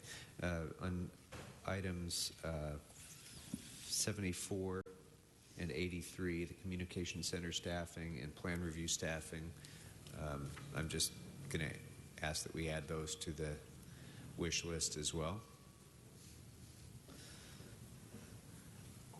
And then is there anything else, members, on transportation? Yeah, Mr. Kretz. Number 58, which I'm doing for another member, is there a way that that requested light at Mohawk Bend be funded and the city be reimbursed once alternative funding is received. I'm sorry, could you repeat the last part of the question?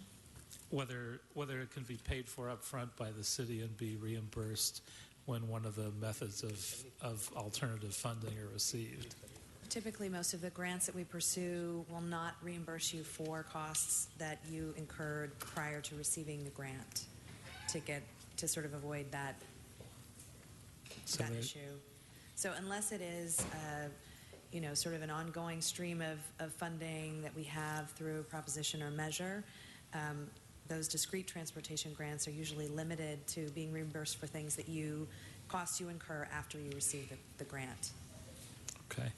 And I guess there wasn't a memo back on permit parking districts.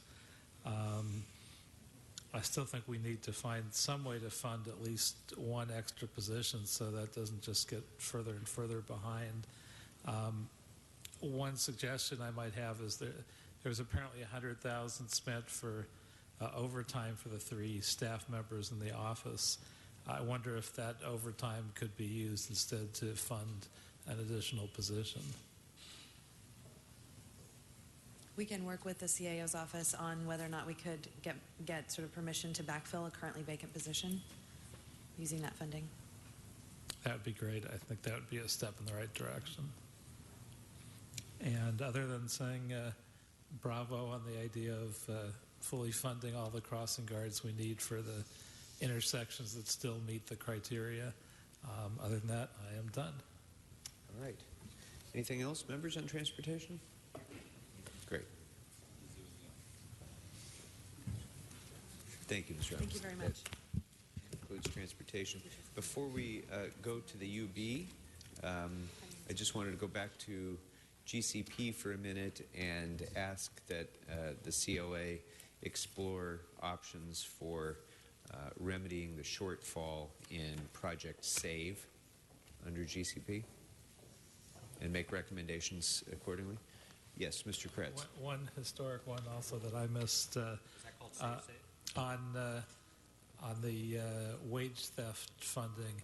I would request that we look at, rather than putting 5 positions in the UB, putting 5 positions into the general budget and an additional 5 positions in the UB. So I think we need to move on this rather quickly. I think if we put it all in the UB, we will be tempted not to actually fund it until the following year.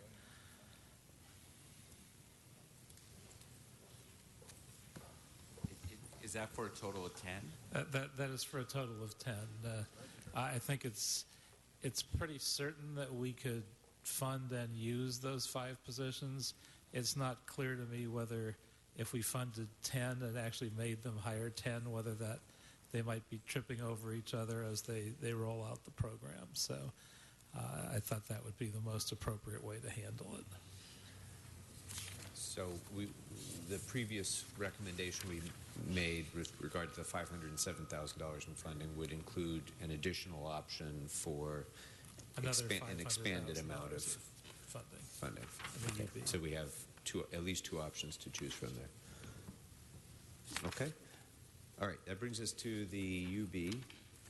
And on 31, which is kind of an omnibus, I would ask that the CLA return with recommendations on proposed transfers from the UB to departmental budgets and also on additional remedies for CDBG shortfalls. 31.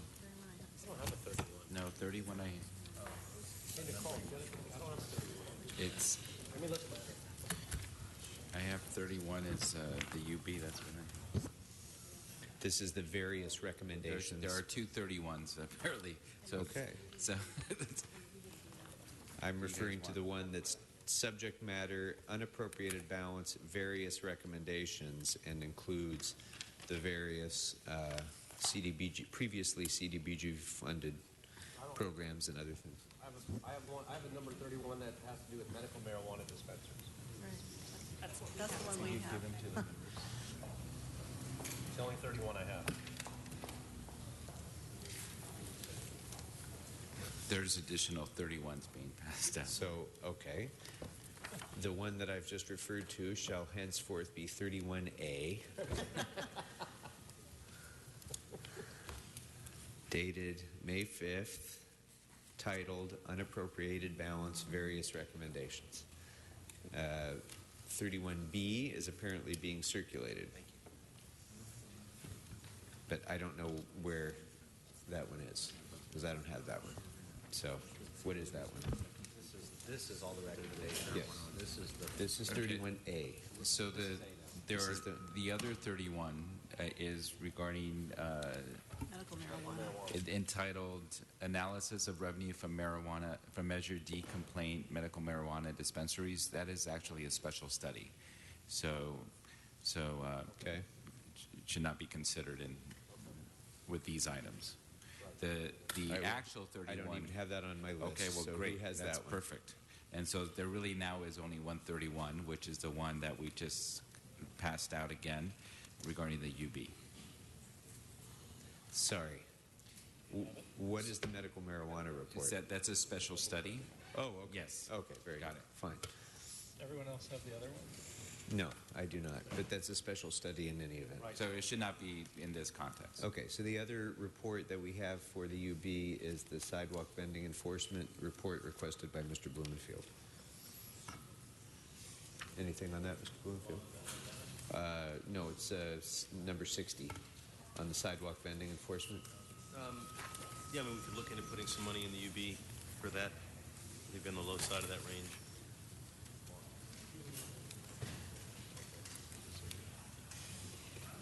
For further consideration, Mr. User. All right. Yeah, and on the previous one, did we finish 31? Or Yeah, the recommendation was to ask the CLA for recommendations on UB transfers and additional funding as necessary for restoration of the CDBG shortfalls. And I would add to that on the CityLink, you're looking for the digital infrastructure permitting group. You know, the department had asked for 1.7. We had put in 1, so we could look at if there's any possibility of upping it to what the department had asked for, just for consideration. Okay. Anything further on the UB members? Mr. Kretz. Do we really think we can afford to put AIDS programming in the UB on transmission and acquisition of AIDS by city residents? That seems like something we would The funding, want to provide more certainty of funding. the funding is already in the UB. This would be to move it to the Oh, department. these are the ones that are suggested to move out of the UB. Correct. Oh, misread it, totally agree. Okay. All right. Anything else on the UB members?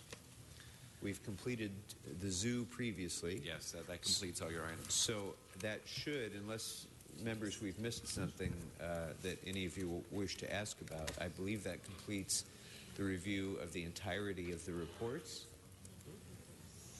Going once, going twice. At 7 minutes after 5, we appear to have completed over 100 reports, and I believe we are finished for the day. So we now put our faith in the hands of the CLA, and we will be in recess until Tuesday. Tuesday at what time, Matt? Tuesday at 1 p.m. This committee is in recess. Thank you very much. 31 moved all the recommendations out of the UB.